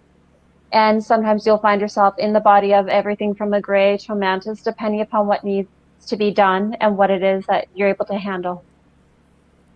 So I know it's very hard for you to understand, especially probably for you, Ryan, because you're looking at this from a totally different level of understanding with ufology than I am. And if I hadn't had it happen multiple times, I wouldn't understand it either. But that is part of where we will sometimes switch out of this body and then go abduct other humans, because you'll have a better level of understanding on craft. And when you're in the presence of the extraterrestrials and multidimensionals, then you'll ever understand down here on this body or this planet. So kind of heavy. Sorry. Little heavy. Is asking, John, what was your remote viewing experience? Okay. One night I just went to sleep, but instead of having a dream, I had like a remote viewing experience. And it was another planet. I don't know what it was, where it was, but it was like a dark red ground. It was super windy. There was it looked like a dust storm, and there was a building, and there was a being outside, like in the dust storm, fixing something, bent over. And I'm just watching him, and it doesn't see me, but it just stops completely and freezes, and it just slowly stood up and just slowly turned around and just made like direct eye contact with me, and we just stared at each other for a little while. It was kind of intense, and then I had the feeling of like being dropped on my couch. Like I heard myself hit the couch, like it woke me up, and I went and checked my footage immediately, and I didn't budge. But I physically wasn't there, but I felt like I was definitely there. Like it was not a dream. Like I felt the wind and like the sand and the wind hitting me. Like I was in the middle of like a dust storm pretty much. And just the way it reacted to me, like it knew I was looking at him, and it just froze while it was doing something. And the way it slowly stood up, like it was like almost a little nervous, like it knew something was watching it. And I drew a picture of it. The picture is creepy to me because the facial expression I got pretty dead on. It had almost like an ET shaped head, like the way like the top of the head was, but it was more like compact, if that makes any sense. And it was like a dark brown, and the image is burned in my brain. It was the only time that's happened to me, but I never believed in remote viewing. I thought it was all BS until that incident, and it's undeniable. I hate to like second guess everybody else's stories, and then when I find out it's real, I kind of feel bad in a way. I dismiss so many people. I try not to do that. I'm at the point now where anything's possible. I don't question anything at all. I only know so little, so who am I to question? Excaliburful is asking, panel members, have any of you ever manifested orbs? No, but they're around me every day. Mm-hmm.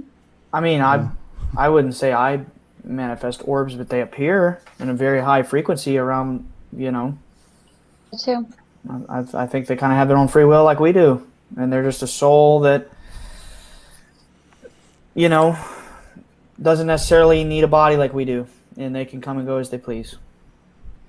Zach is asking, I think I might be a hybrid. How can I tell? Well, there's a number of ways you can tell if you're a hybrid. One, are you going through extraterrestrial multidimensional contact? Quite often these beings will end up following their hybrid charges that are here on Earth because they have an invested interest in the bloodlines. They want to see, is this hybrid going to be prone to schizophrenia? Are they prone to health conditions? What are we seeing as far as their psychic abilities are concerned? What are we seeing as far as human passing is concerned? Those are one way that you could tell. As well, there are a lot of physical features that you can look for with people when it comes to hybridization. So are you extremely fertile? Do you find that you have a lot of orchestrated relationships coming in and out? Do you find that you're being watched by ETs a lot of multiple different varieties as well? Whereas when we look at the physical features, are there certain ET races that you look like you're a mix of this and ET? like a human and ET, in which case you could be a hybrid of one variety or multiple, depending upon who's hybridizing you. It's one way to put it. Yeah. One way to put it. Have any of you tried a Faraday cage? No. Mm-mm. Me I either. I don't want even to. know what that is. Oh, you've got to look them up. Apparently, it can stop all frequencies from coming in towards you, and it can make it so it's just your vibration in this little small box. They're Aren't complicated. microwaves like that? Aren't microwave like technically small Faraday cages? Oh. So what is it meant to do? Is it meant to protect you from stuff, or like what's the purpose of it? Apparently, it can block out incoming vibrations that are coming towards you. So earlier when we talked, like that one person mentioned the attacks, the energetic attacks, the government attacks, what have you coming in. If you had a giant Faraday cage, in theory, nothing should be able to get in through there. Not psychic attacks, not energetic attacks, things like that, unless I'm mistaken. I'm gonna Good to look that know. up. That's good to know. A lot of paranormal people use it in order to, like, if they're being attacked or having multiple experiences and can't control it, being woken up at night by spirits. A Faraday cage is supposed to allow them to actually sleep and calm down. Oh, 2 people answered it. They're saying blocks EM waves and blocks microwaves. Wonderful, thank you. Appreciate that. Cool. All right. Sovereign is asking, how do you know that the orbs aren't lodging themselves in the kundalini of each and every one of you? Well, I'm clairvoyant and I don't see the orbs lodging into my body. I've seen everything from attachments and orbs into my aura, but the orbs that I do see in my aura on occasion are often my hybrid children or my physical children being born. I've never seen orbs just lodge into someone's aura along their chakra system and stay there. That's not quite how that works. Interesting. Right? I have a. I've never thought about that. Power answer. I haven't thought I mean, about I it. keep it real, Dave. Yeah. I'm with Ryan. I've never really thought about it. No offense. John, how about you? I really don't have any input on that.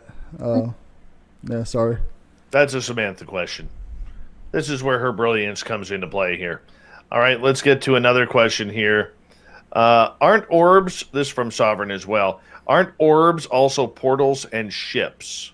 Sometimes, yes, which is interesting because we were just talking about this on the break, John and I. Orbs can be used as a small transport vehicle between a craft coming down to the earth to pick up a contactee, especially if they're in something like an apartment or a confined space. That's a very common time for an orb to be used.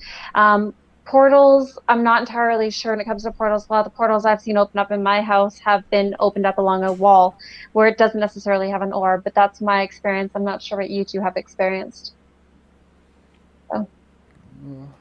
I haven't Well, experienced anything. I've seen orbs come out of nowhere, but I've never seen them expand or shrink. Saw a big one with some friends on my patio back in my Mission, British Columbia days. That one was really cool because it was traveling along the Fraser River and then made a 90-degree turn to south and did a complete 180-degree turn to fly back over Mission, and then all 4 of us watched it like it just, like you have something in your hand and it just drops. That's what it did, right out of the sky. It was amazing. Wow. Very cool. Yes.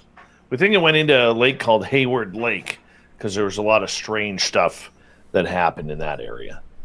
That's about it. You know, let's go here.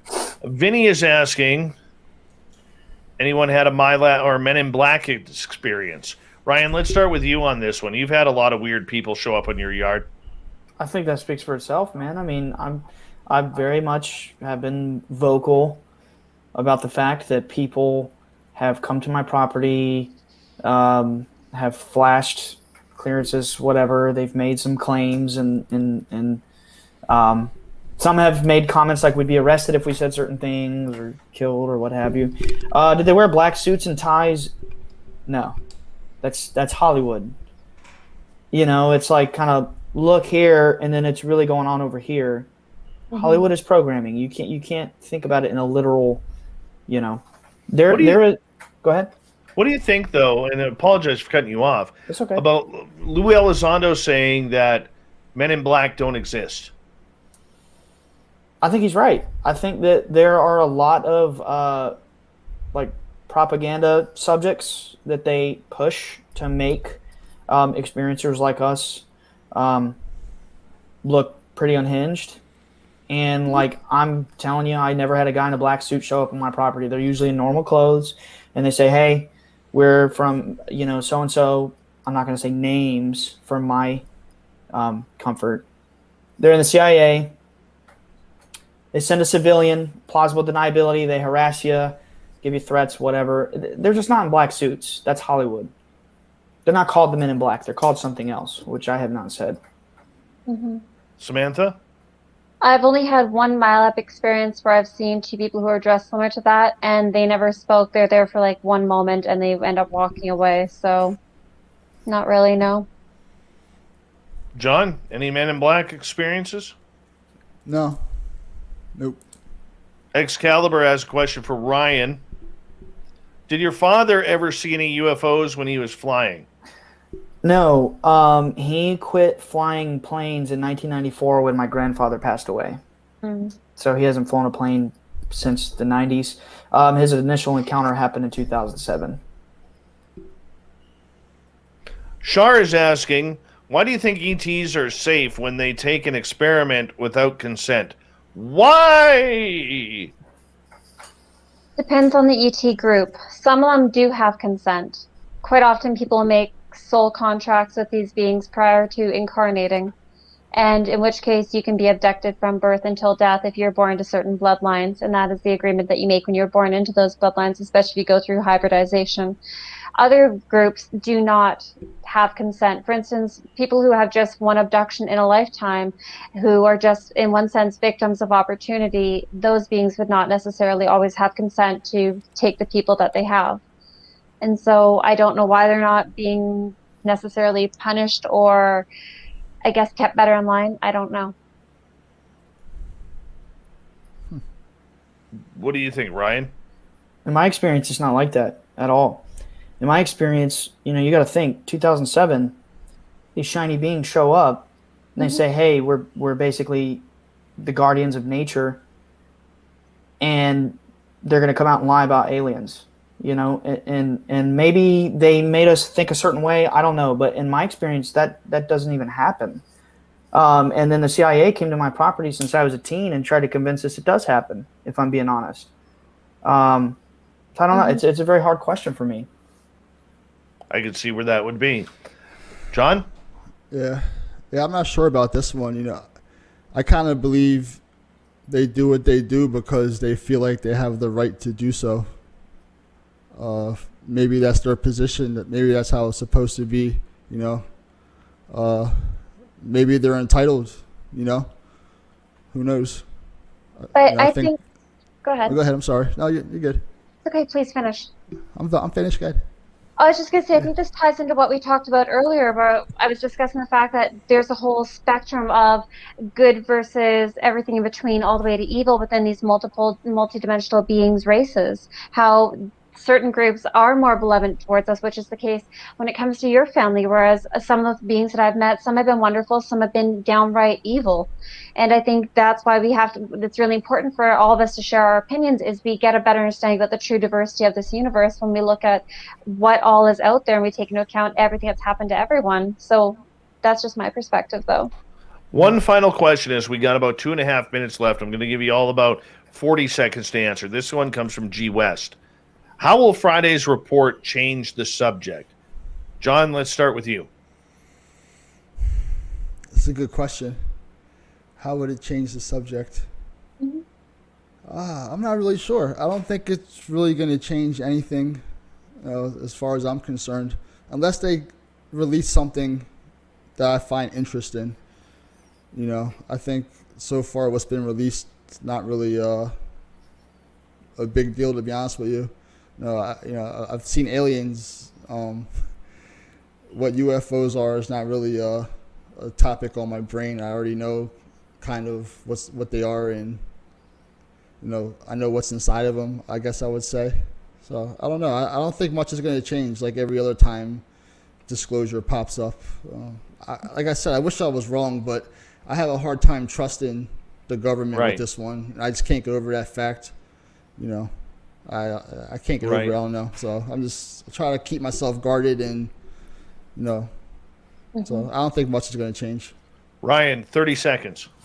I want badly to believe that they're going to come out and they're going to tell the truth that there is an interdimensional phenomenon, and there's another dimension, you know, a spiritual, psychic, whatever.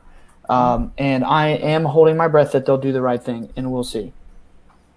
Samantha, you get the final word on this one. You got about 35 seconds. No worries. I agree with both of you. I don't think we're going to see the degree of progress that we're all hoping to see. I do believe they're going to keep it strictly on the extraterrestrial aspect. I don't think they're even going to acknowledge the multidimensional at this time. So, because I think it relates back to what you both mentioned earlier, a slow drip process leading the path forward, not a big waterfall. Go ahead, Dave. I think it also comes down to money. All right. This is why we keep hearing Russia. This is why we keep hearing China, foreign adversary, and words like threat. They can't study this without money. In order to get money from Congress, you have to make it sound like the United States military is being threatened by an unknown force. Therefore, taxpayers' dollars will go into studying and research what they don't already know. And also remember that this is about secrets. There's a lot of secrets over the last 70 years since Roswell that the United States government really does not want getting out of the public.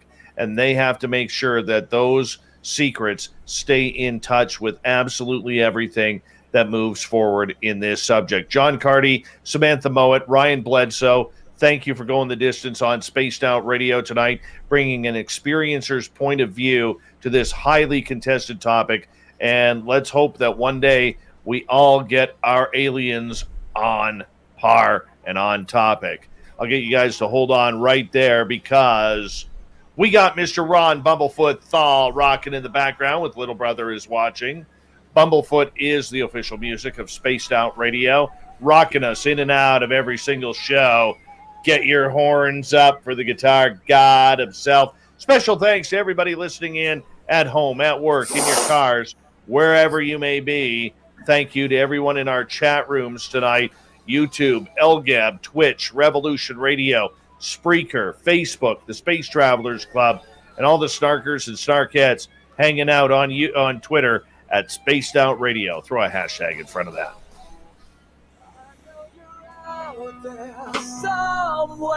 Remember, this show is copyright by Spaced Out Radio and SOR Media Ventures Limited. Thank you so much for choosing to share your evening with us, because together, my friends, we own the night. Mr. Bumblefoot, we need a favor. We need you to take us home.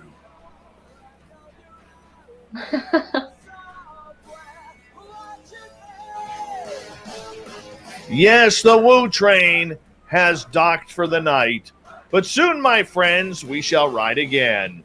Your seats are always available. Your tickets never expire. And if you want to bring a friend, we've got room for them too. Good night.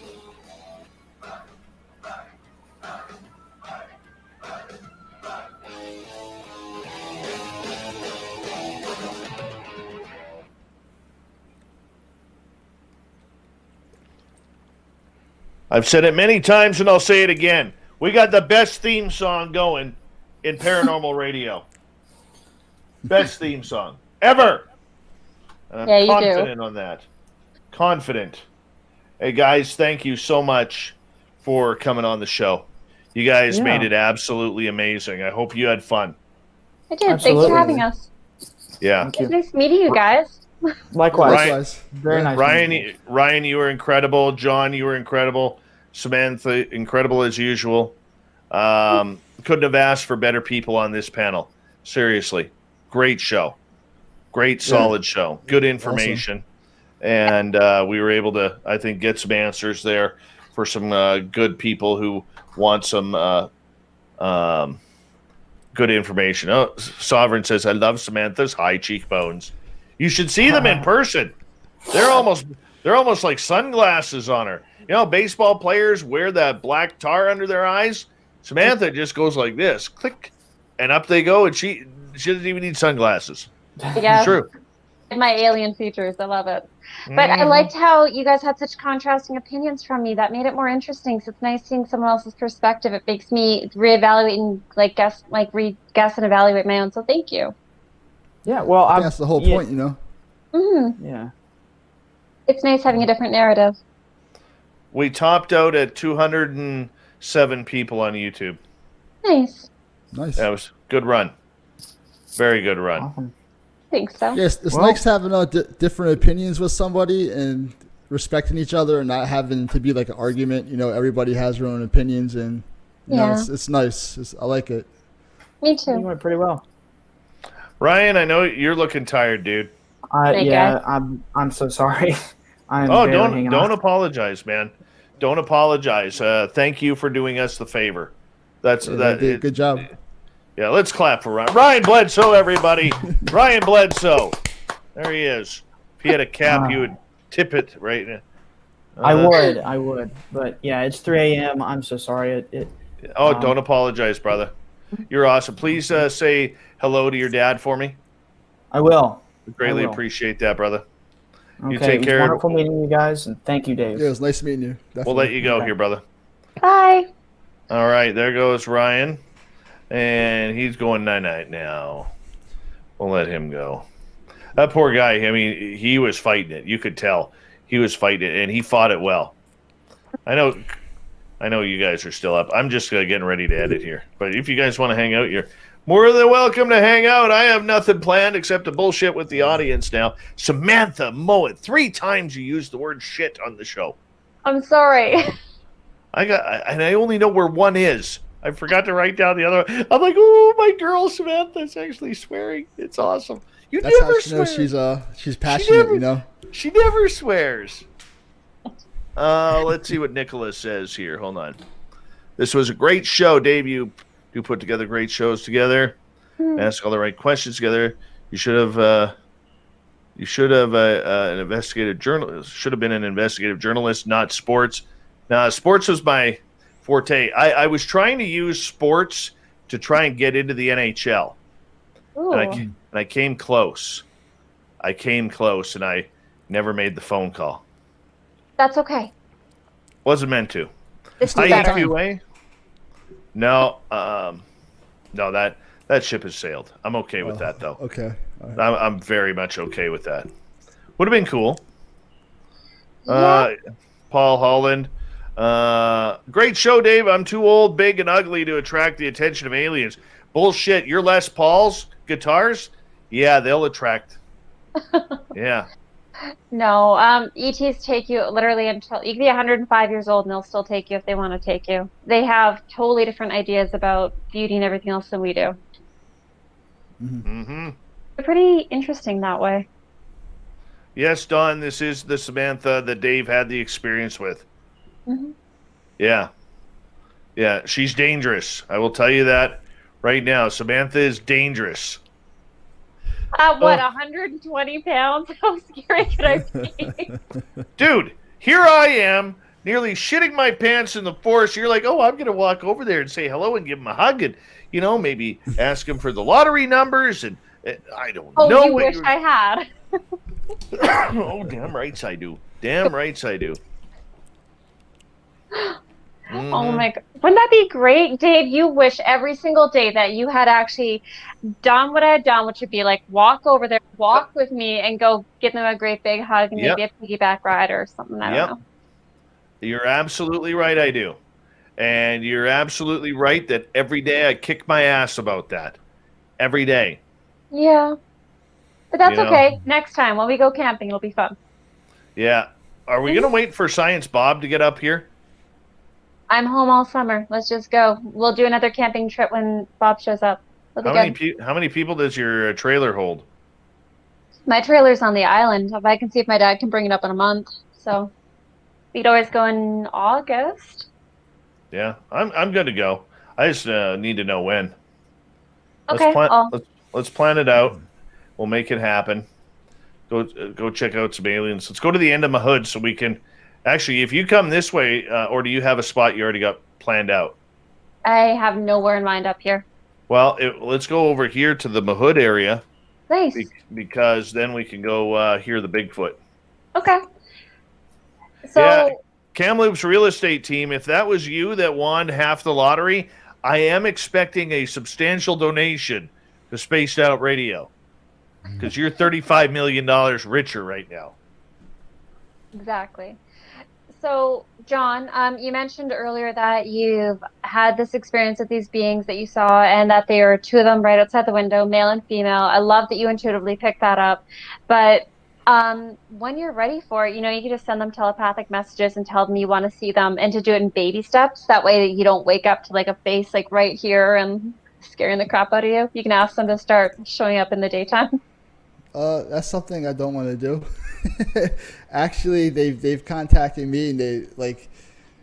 I remember it was one time like I seen this face from like so far away, like with my eyes open or closed, and it like came like this, and it was like I'm ready, and I'm like I'm not ready, Yep. and it's like I'm ready, I'm like I'm not ready, and it's like I'm ready. Like it was talking over me. I was having an argument with this thing, but the thing was, it was a gray, but it was green.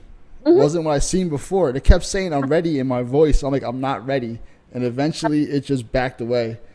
Like, I remember the feeling before that happened. I felt like I was standing on a subwoofer, and I was like, what the hell is going on? And then I just see this little tiny face from far away, and that shook me for a couple of days. Like, that's why I mentioned during the show, like, I feel like if I was ready for them to come, they would come, Well, So I'm careful of my thoughts when it comes to that, because I want to make sure I'm ready to do it. I'm close. I'm as close as I've ever been. I'm like right there, but it's still a little bit of fear I gotta get rid of, but I know it's inevitable. why don't you ask them to see you astrally when you're asleep at night in your dream space? That way it's not as intense physically, because you'll be more psychically connected in your dream time, and they can just talk to you telepathically, and you'll get the energetic feeling without your subconscious mind, your fear jumping to the forefront and make it difficult. Well, one time there was one in my dream, and once again, it was one I never seen before. It was maybe a 10 to 12 foot tall gray, but the head was round. Well, the chin wasn't pointed, but it was in the background of my dream. Like it infiltrated my dream. It was just following me everywhere I went, like in the background. There's a dream where I was abducted twice in one dream, which was weird. And lately I've been having visions. Like last week I had one of a gray just standing in my bedroom, but the vision was in my head all day at work. I could not shake it.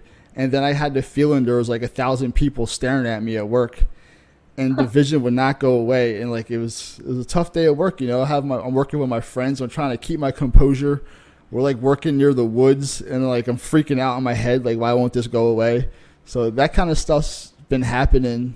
I swear they're just trying to prep me for. They're trying to make it, I think, so I'm not scared no more, is the way I perceive everything that's been happening. Have you been writing all of it down, journaling it, drawing it out, stuff like that?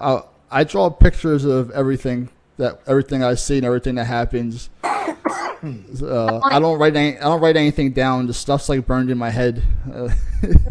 It down, because as you start to have more encounters happening, these aren't going to stop.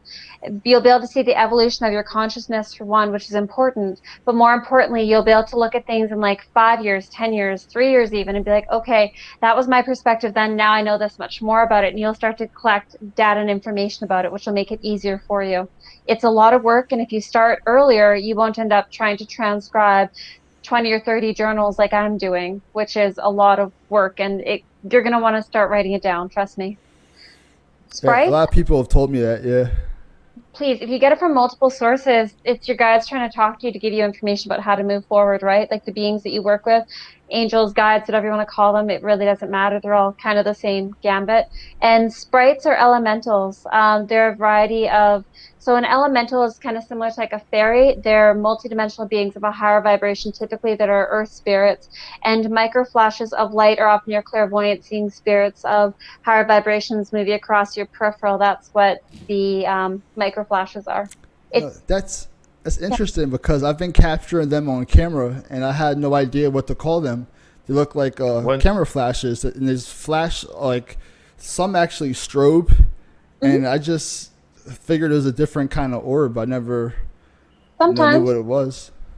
But that's the thing, because you're starting to have a lot of things coming forward, wanting to be not audibly, pardon me, visually apparent to you. We're looking at this and we're under the awareness that they're wanting to start becoming more involved in your life on an energetic level and more of a clairvoyant level as well. That's where again the visions in your head, you're becoming more clairvoyant and more psychic. So that's why I'm trying to get you to write it down and draw it out. Because you're hold on 1 second here, guys, because I just want to quickly make my shit edit here.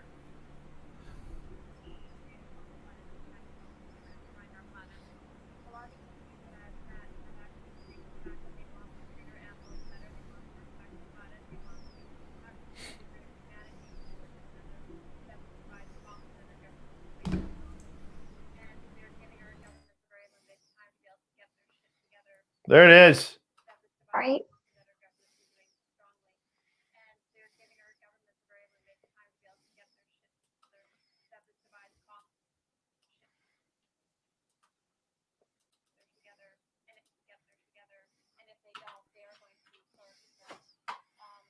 Perfect. We're good. All right. All right, you guys can chat away again. All right. I'm good at not normally having a potty mouth. Yeah, what was with you, you potty mouth? You should wash your mouth out with soap before a show. Getting all crazy like that. You gotta let them out once in a while, you know. I'm pretty good normally. I'm thinking that you must have had some ice cream tonight. You did, didn't you? I never ate ice cream. I totally did. It was so good. You did, didn't you? Yeah, I totally did. I knew it. I knew it. That's why you became potty mouth tonight. Sovereign Farts is asking, what do you think sprites are? We answered it. Don't worry. Well, then I don't need to worry about that. All right, Samantha, do you know of any negative energies or entities tied to Saturn? I've heard of them, but I don't have direct proof with my experiences of any of the beings from Saturn. I know that Saturnian energy has been viewed by some of the beings as being discordant and chaotic, and so I'm reluctant to want to astral project there. Like the moon, I wouldn't astral project there on purpose. But offhand, no, I don't have any direct information. Big J is asking, have either of you ever been on any DUMBs, deep underground military bases? And that's where my MyLab encounters typically happen, as we talked about earlier this evening, talking about the government, the Black Ops in particular, abducting contactees and taking them to these underground bases. That is where I've been. I've been to one that's in Alaska. I know I've been to one that's in British Columbia, somewhere between me and Dave, so mid-province-ish, going to mid-south-ish. And I know I've also been to one on Vancouver Island. So, kind of frustrating. But that's okay. Mm-hmm. Yes, north of me, south of you. So we just got to triangulate it and figure out where it is. I have a feeling. Oh, good. I Let's have a avoid that feeling. area. Yeah. I don't used- want to. Yeah. Go ahead. No, go ahead. I don't want to go there and have more physical encounters with them. So. I hear you. I hear you. All right, I'm gonna have to get going. All right, John. I'm ready to call it a night, but thanks for asking me to come on. I appreciate it. Oh, anytime, dude. You know, Anytime. I'm glad you joined us, man. I wanted you to be a part of it, so I was excited when you said you would. yeah, I appreciate it. It was a good time. Like I said, I like hearing other people's views and having a respectful conversation. Mm-hmm. You know, and we should be comfortable saying whatever we have going on, even if it does sound crazy to other people. You know. Yeah. So. I totally understand. But it was lovely meeting you, John, and I'll see you nice again meeting you soon. too. Yeah. Yeah, thank you. You guys have a good night or a morning, whatever it is where you're at. Good night. All Yeah, right. See you guys later. Thank you. Bye. Sam, I Bye. got more questions for you if you want. Sure, I'll do 5 minutes more, and then I want to go to bed too. Yeah, I'm still here for another 20 minutes, so that's okay. I don't mind it. The question here, can Samantha go a bit more into her thoughts on connections between the aliens and the occult? Yeah, of course. There's a couple things that I have noticed in particular. As we discussed earlier this evening, we talked about the process of bonding and pairing with extraterrestrials and multidimensionals. So, to put it very simply, is sometimes when I'm abducted on craft, I will go through a form of ritual with other humans, in particular men that I go through my primary aspects of hybridization with. With hybridization, I typically get bred with one man at a time, and he'll be my primary, as in main partner for breeding, for a set duration period of time. And that is to determine which hybrids are going to come as a result of his DNA being in conjunction with my DNA. And what happens is we will end up standing on, we'll both be abducted physically. He'll get picked up at his house, I'll get picked up at my house, we'll be brought to the same craft. Normally it's a bigger craft. I often find myself inside of a room with this gentleman, and there will be a couple ET beings in the room with us. I have seen a mantis present as well as a couple of grays. And what will happen is you'll both be completely naked. On occasion, we will be wearing, for some reason, I've found myself wearing a long white dress, similar to that of like a wedding dress that's very form-fitting, very close to the body. And what they do is they actually merge the two auras together. And what happens is when they bring the two people in close proximity and their hands actually begin to touch like this, it does some sort of energetic vibrational exchange between the two that does this form of linking of the two auras so they become psychically connected.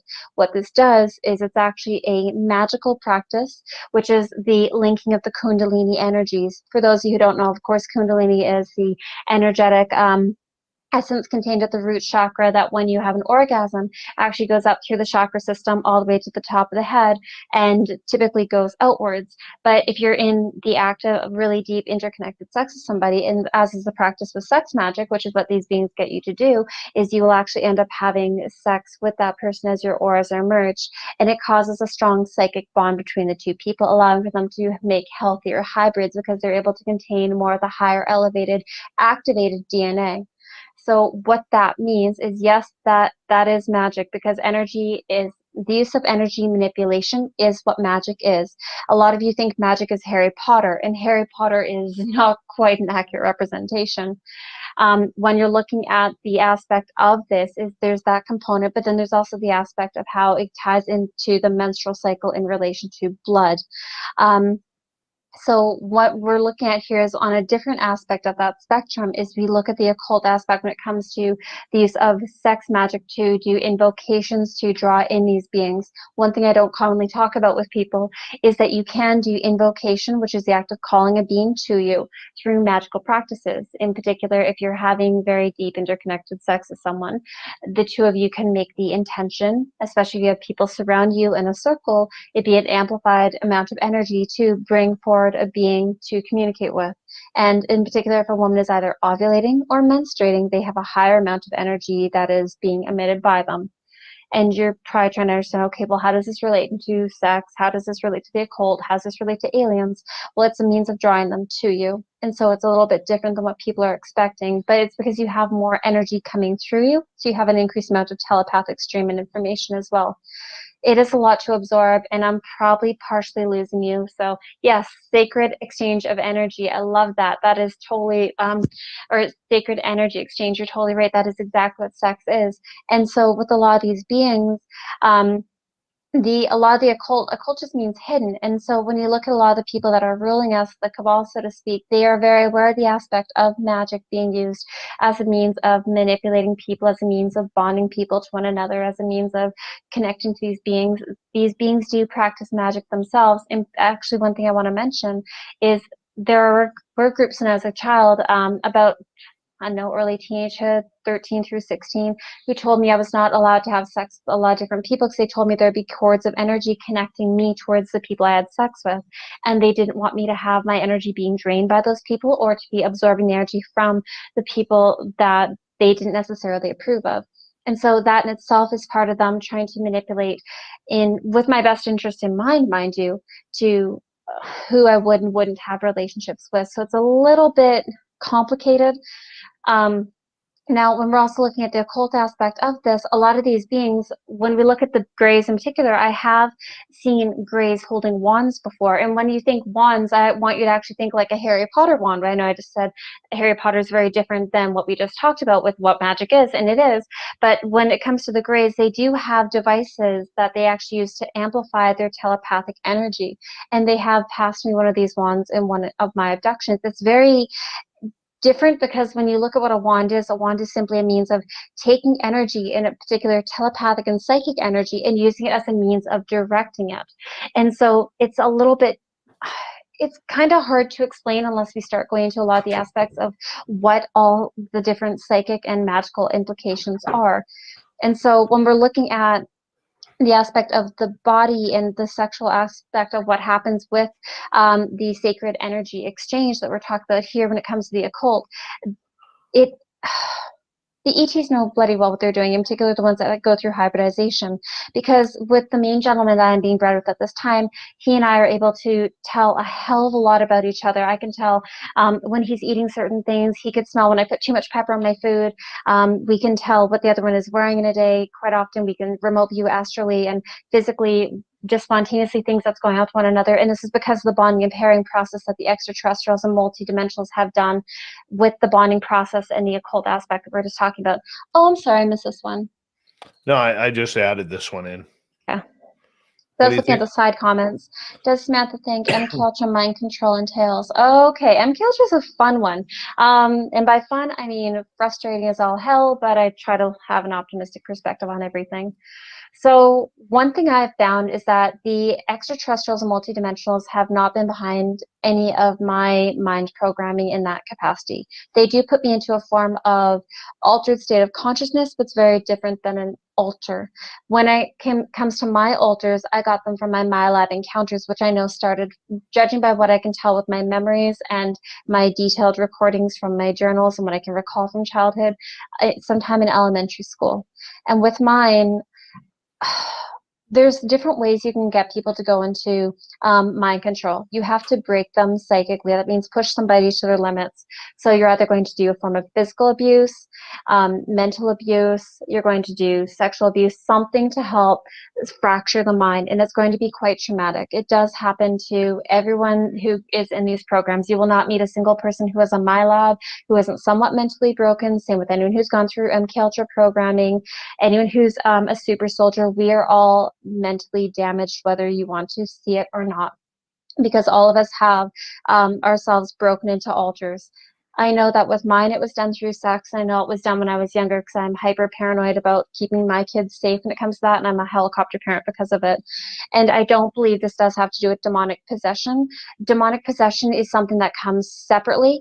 With MK Ultra, it's essentially done for a number of different reasons. It depends on what that person is being used for. So once you break somebody and get them to that broken point, you then would start to put into sub-alters. And these alters do have typically keywords, phrases, visual images, and often smells. Smells are a very big one as well. I find that there are certain shows or things that I will see that I have noticed have flipped me into alters, and I can't watch those programs. Even when I watch things like Star Wars, I can't go see stuff like that in the theater because every time I have a flat out anxiety attack. Demonic possession, though, when we look at that, that can be done through energy attachment. As we talked about a couple minutes ago, we were mentioning the fact of, one second, thank you. We're talking about the fact of the orchestrated relationships being done with extraterrestrials and multidimensionals, and how they told me that I was allowed to have a lot of sexual partners. Well, part of the reason why they didn't want me having a lot of sexual partners is everyone you have sex with, you have the energy exchange with. And if that person has an energy attachment on them because they're using things like crystal meth, abusing alcohol, abusing drugs, they've been sexually assaulted themselves, they're going to have an entity attachment on them. And so if I were to have sex with one of those people, that entity now has a slight attachment onto my aura because of the cord that's connecting me to this other person. And so when you look at these children who are going through the programs, whether it's the ones who are going into Hollywood or the ones who are going to the MyLab programs, Super Soldier programs, doesn't matter, politicians, they all have these energy attachments because they're going to be broken typically sexually. And it's normally done before the child goes through puberty. Sorry, cat hair on my face. And what happens is they will end up typically having anal sex with them. Sorry for if that's too blunt again. 1224. And what it ends up doing is it actually ends up creating an energetic cord between that person and the person that has the demonic entity attached. And then the entity starts coming in and feeding off that child's aura. And what it does is it actually starts with like negative thought process loops, and the being over time starts to start overshadowing the person. It starts to increase the amount of control and influence that it has upon the person. And normally it's done in baby steps. You won't find someone just going from a normal Joe Blow who goes to church, nice guy, takes care of his family, to the next day being a demonically possessed child molester. That's not how this works. Instead, when I talked earlier about people using things like crystal meth and that, it actually opens the aura up towards these level of possessions, because it actually blows the aura apart. It's very different than doing things like mushrooms or marijuana or ayahuasca. Those can be portals too, but they're more sacred herbs. They tend to raise the vibration, whereas the heavily compounded chemical storm drugs actually lower the vibration, opening up for possession. Okay, we got a couple more questions we'll burn through, and then I'll let you go for the night, because I see your hair's starting to get a little frazzled, so that tells me you're getting tired. I know. Wesley, is it possible to have a mental encounter and not a physical encounter? Yes, very much so. There's astral encounters, which happen when you go to bed at night, when you project out of your body. There's physical encounters where they come take you in your room. There's also psychic encounters where they have psychic communication with you. All right. Mark in Australia is asking, Samantha, how have you prepared your kids for what they are going through and about to go through? I've talked to them about contact since they're very, very little. I have made it so that is something that's always safe to talk about. One of my daughter's first 50 words was aliens, aliens. I'm pointing to the window. I'm like, how do you know there's aliens? And so it's always been a narrative that I've talked to them from that point onwards. Once I realized they're having contact, I normalize it so it's not something they feel ashamed about. They know it's something they can always talk to me about. I will let them know if I'm having contact, if we see beings together, or if I see them on Craft, like, hey, I saw you last night. And it's made things a lot easier. Both my kids remember the fact they're going through even my lab encounters, which is a little more stressful. So for me, communication is the best way to, if they're old enough to ask the question, they're old enough to have an age-appropriate answer. I don't tell them things that could be coming, because I don't necessarily want to scare them or make them have anxiety dreams about that, because I don't want to deal with that, and I don't want to make them have that anxiety. But all right. Third Phase of Moon is asking, have you ever heard the Kathy O'Brien story? sorry. Yeah, I'm not familiar with that one too. Dawn is asking, do you ever see aliens as a light? Like as in a light being, I've seen beings that are comprised of light. So a light being would be one that has light emanating out of its body, and I would describe them as being multidimensional, not necessarily extraterrestrial. So beings that are able to transfer from one dimension to the other. Em is asking, can we contact you for a session to just talk and ask you a million more questions? If you want to do that, I recommend contacting me after the summer. I'm taking a mental health break because I've been writing my book, and it's been triggering me with my PTSD a lot. So I would not be getting back to you until the end of summer at the earliest. And I got a moth here that's bugging me. Seriously, go away. Entertaining.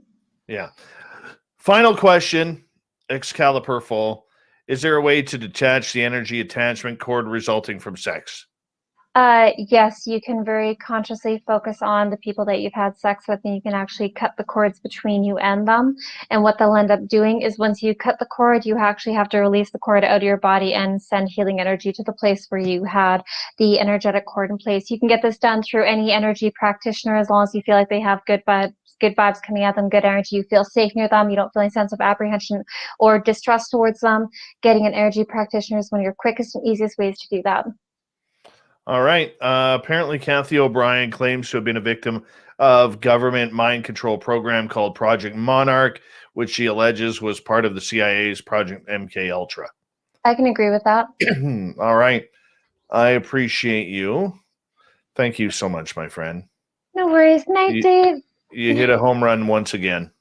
Give Mrs. SOR and baby SOR a hug for me. I will. Well, he's not so much a baby anymore. He's the big 8 now.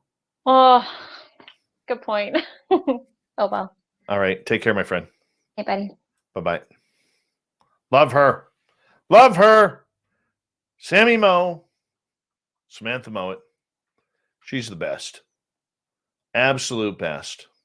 You know, to this day, I cannot figure out how in the hell she is still one of the best kept secrets in ufology.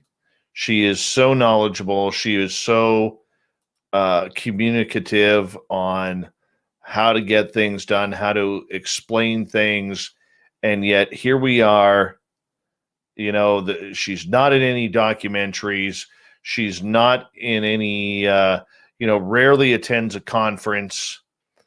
It's stunning to me. It is just stunning to me that she is so, what's the word I'm looking for?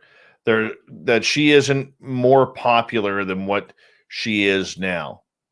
And I think it's a travesty to the field of ufology when we have somebody like Samantha Mowat, who is who is that knowledgeable and not out there speaking and educating people. It's a travesty.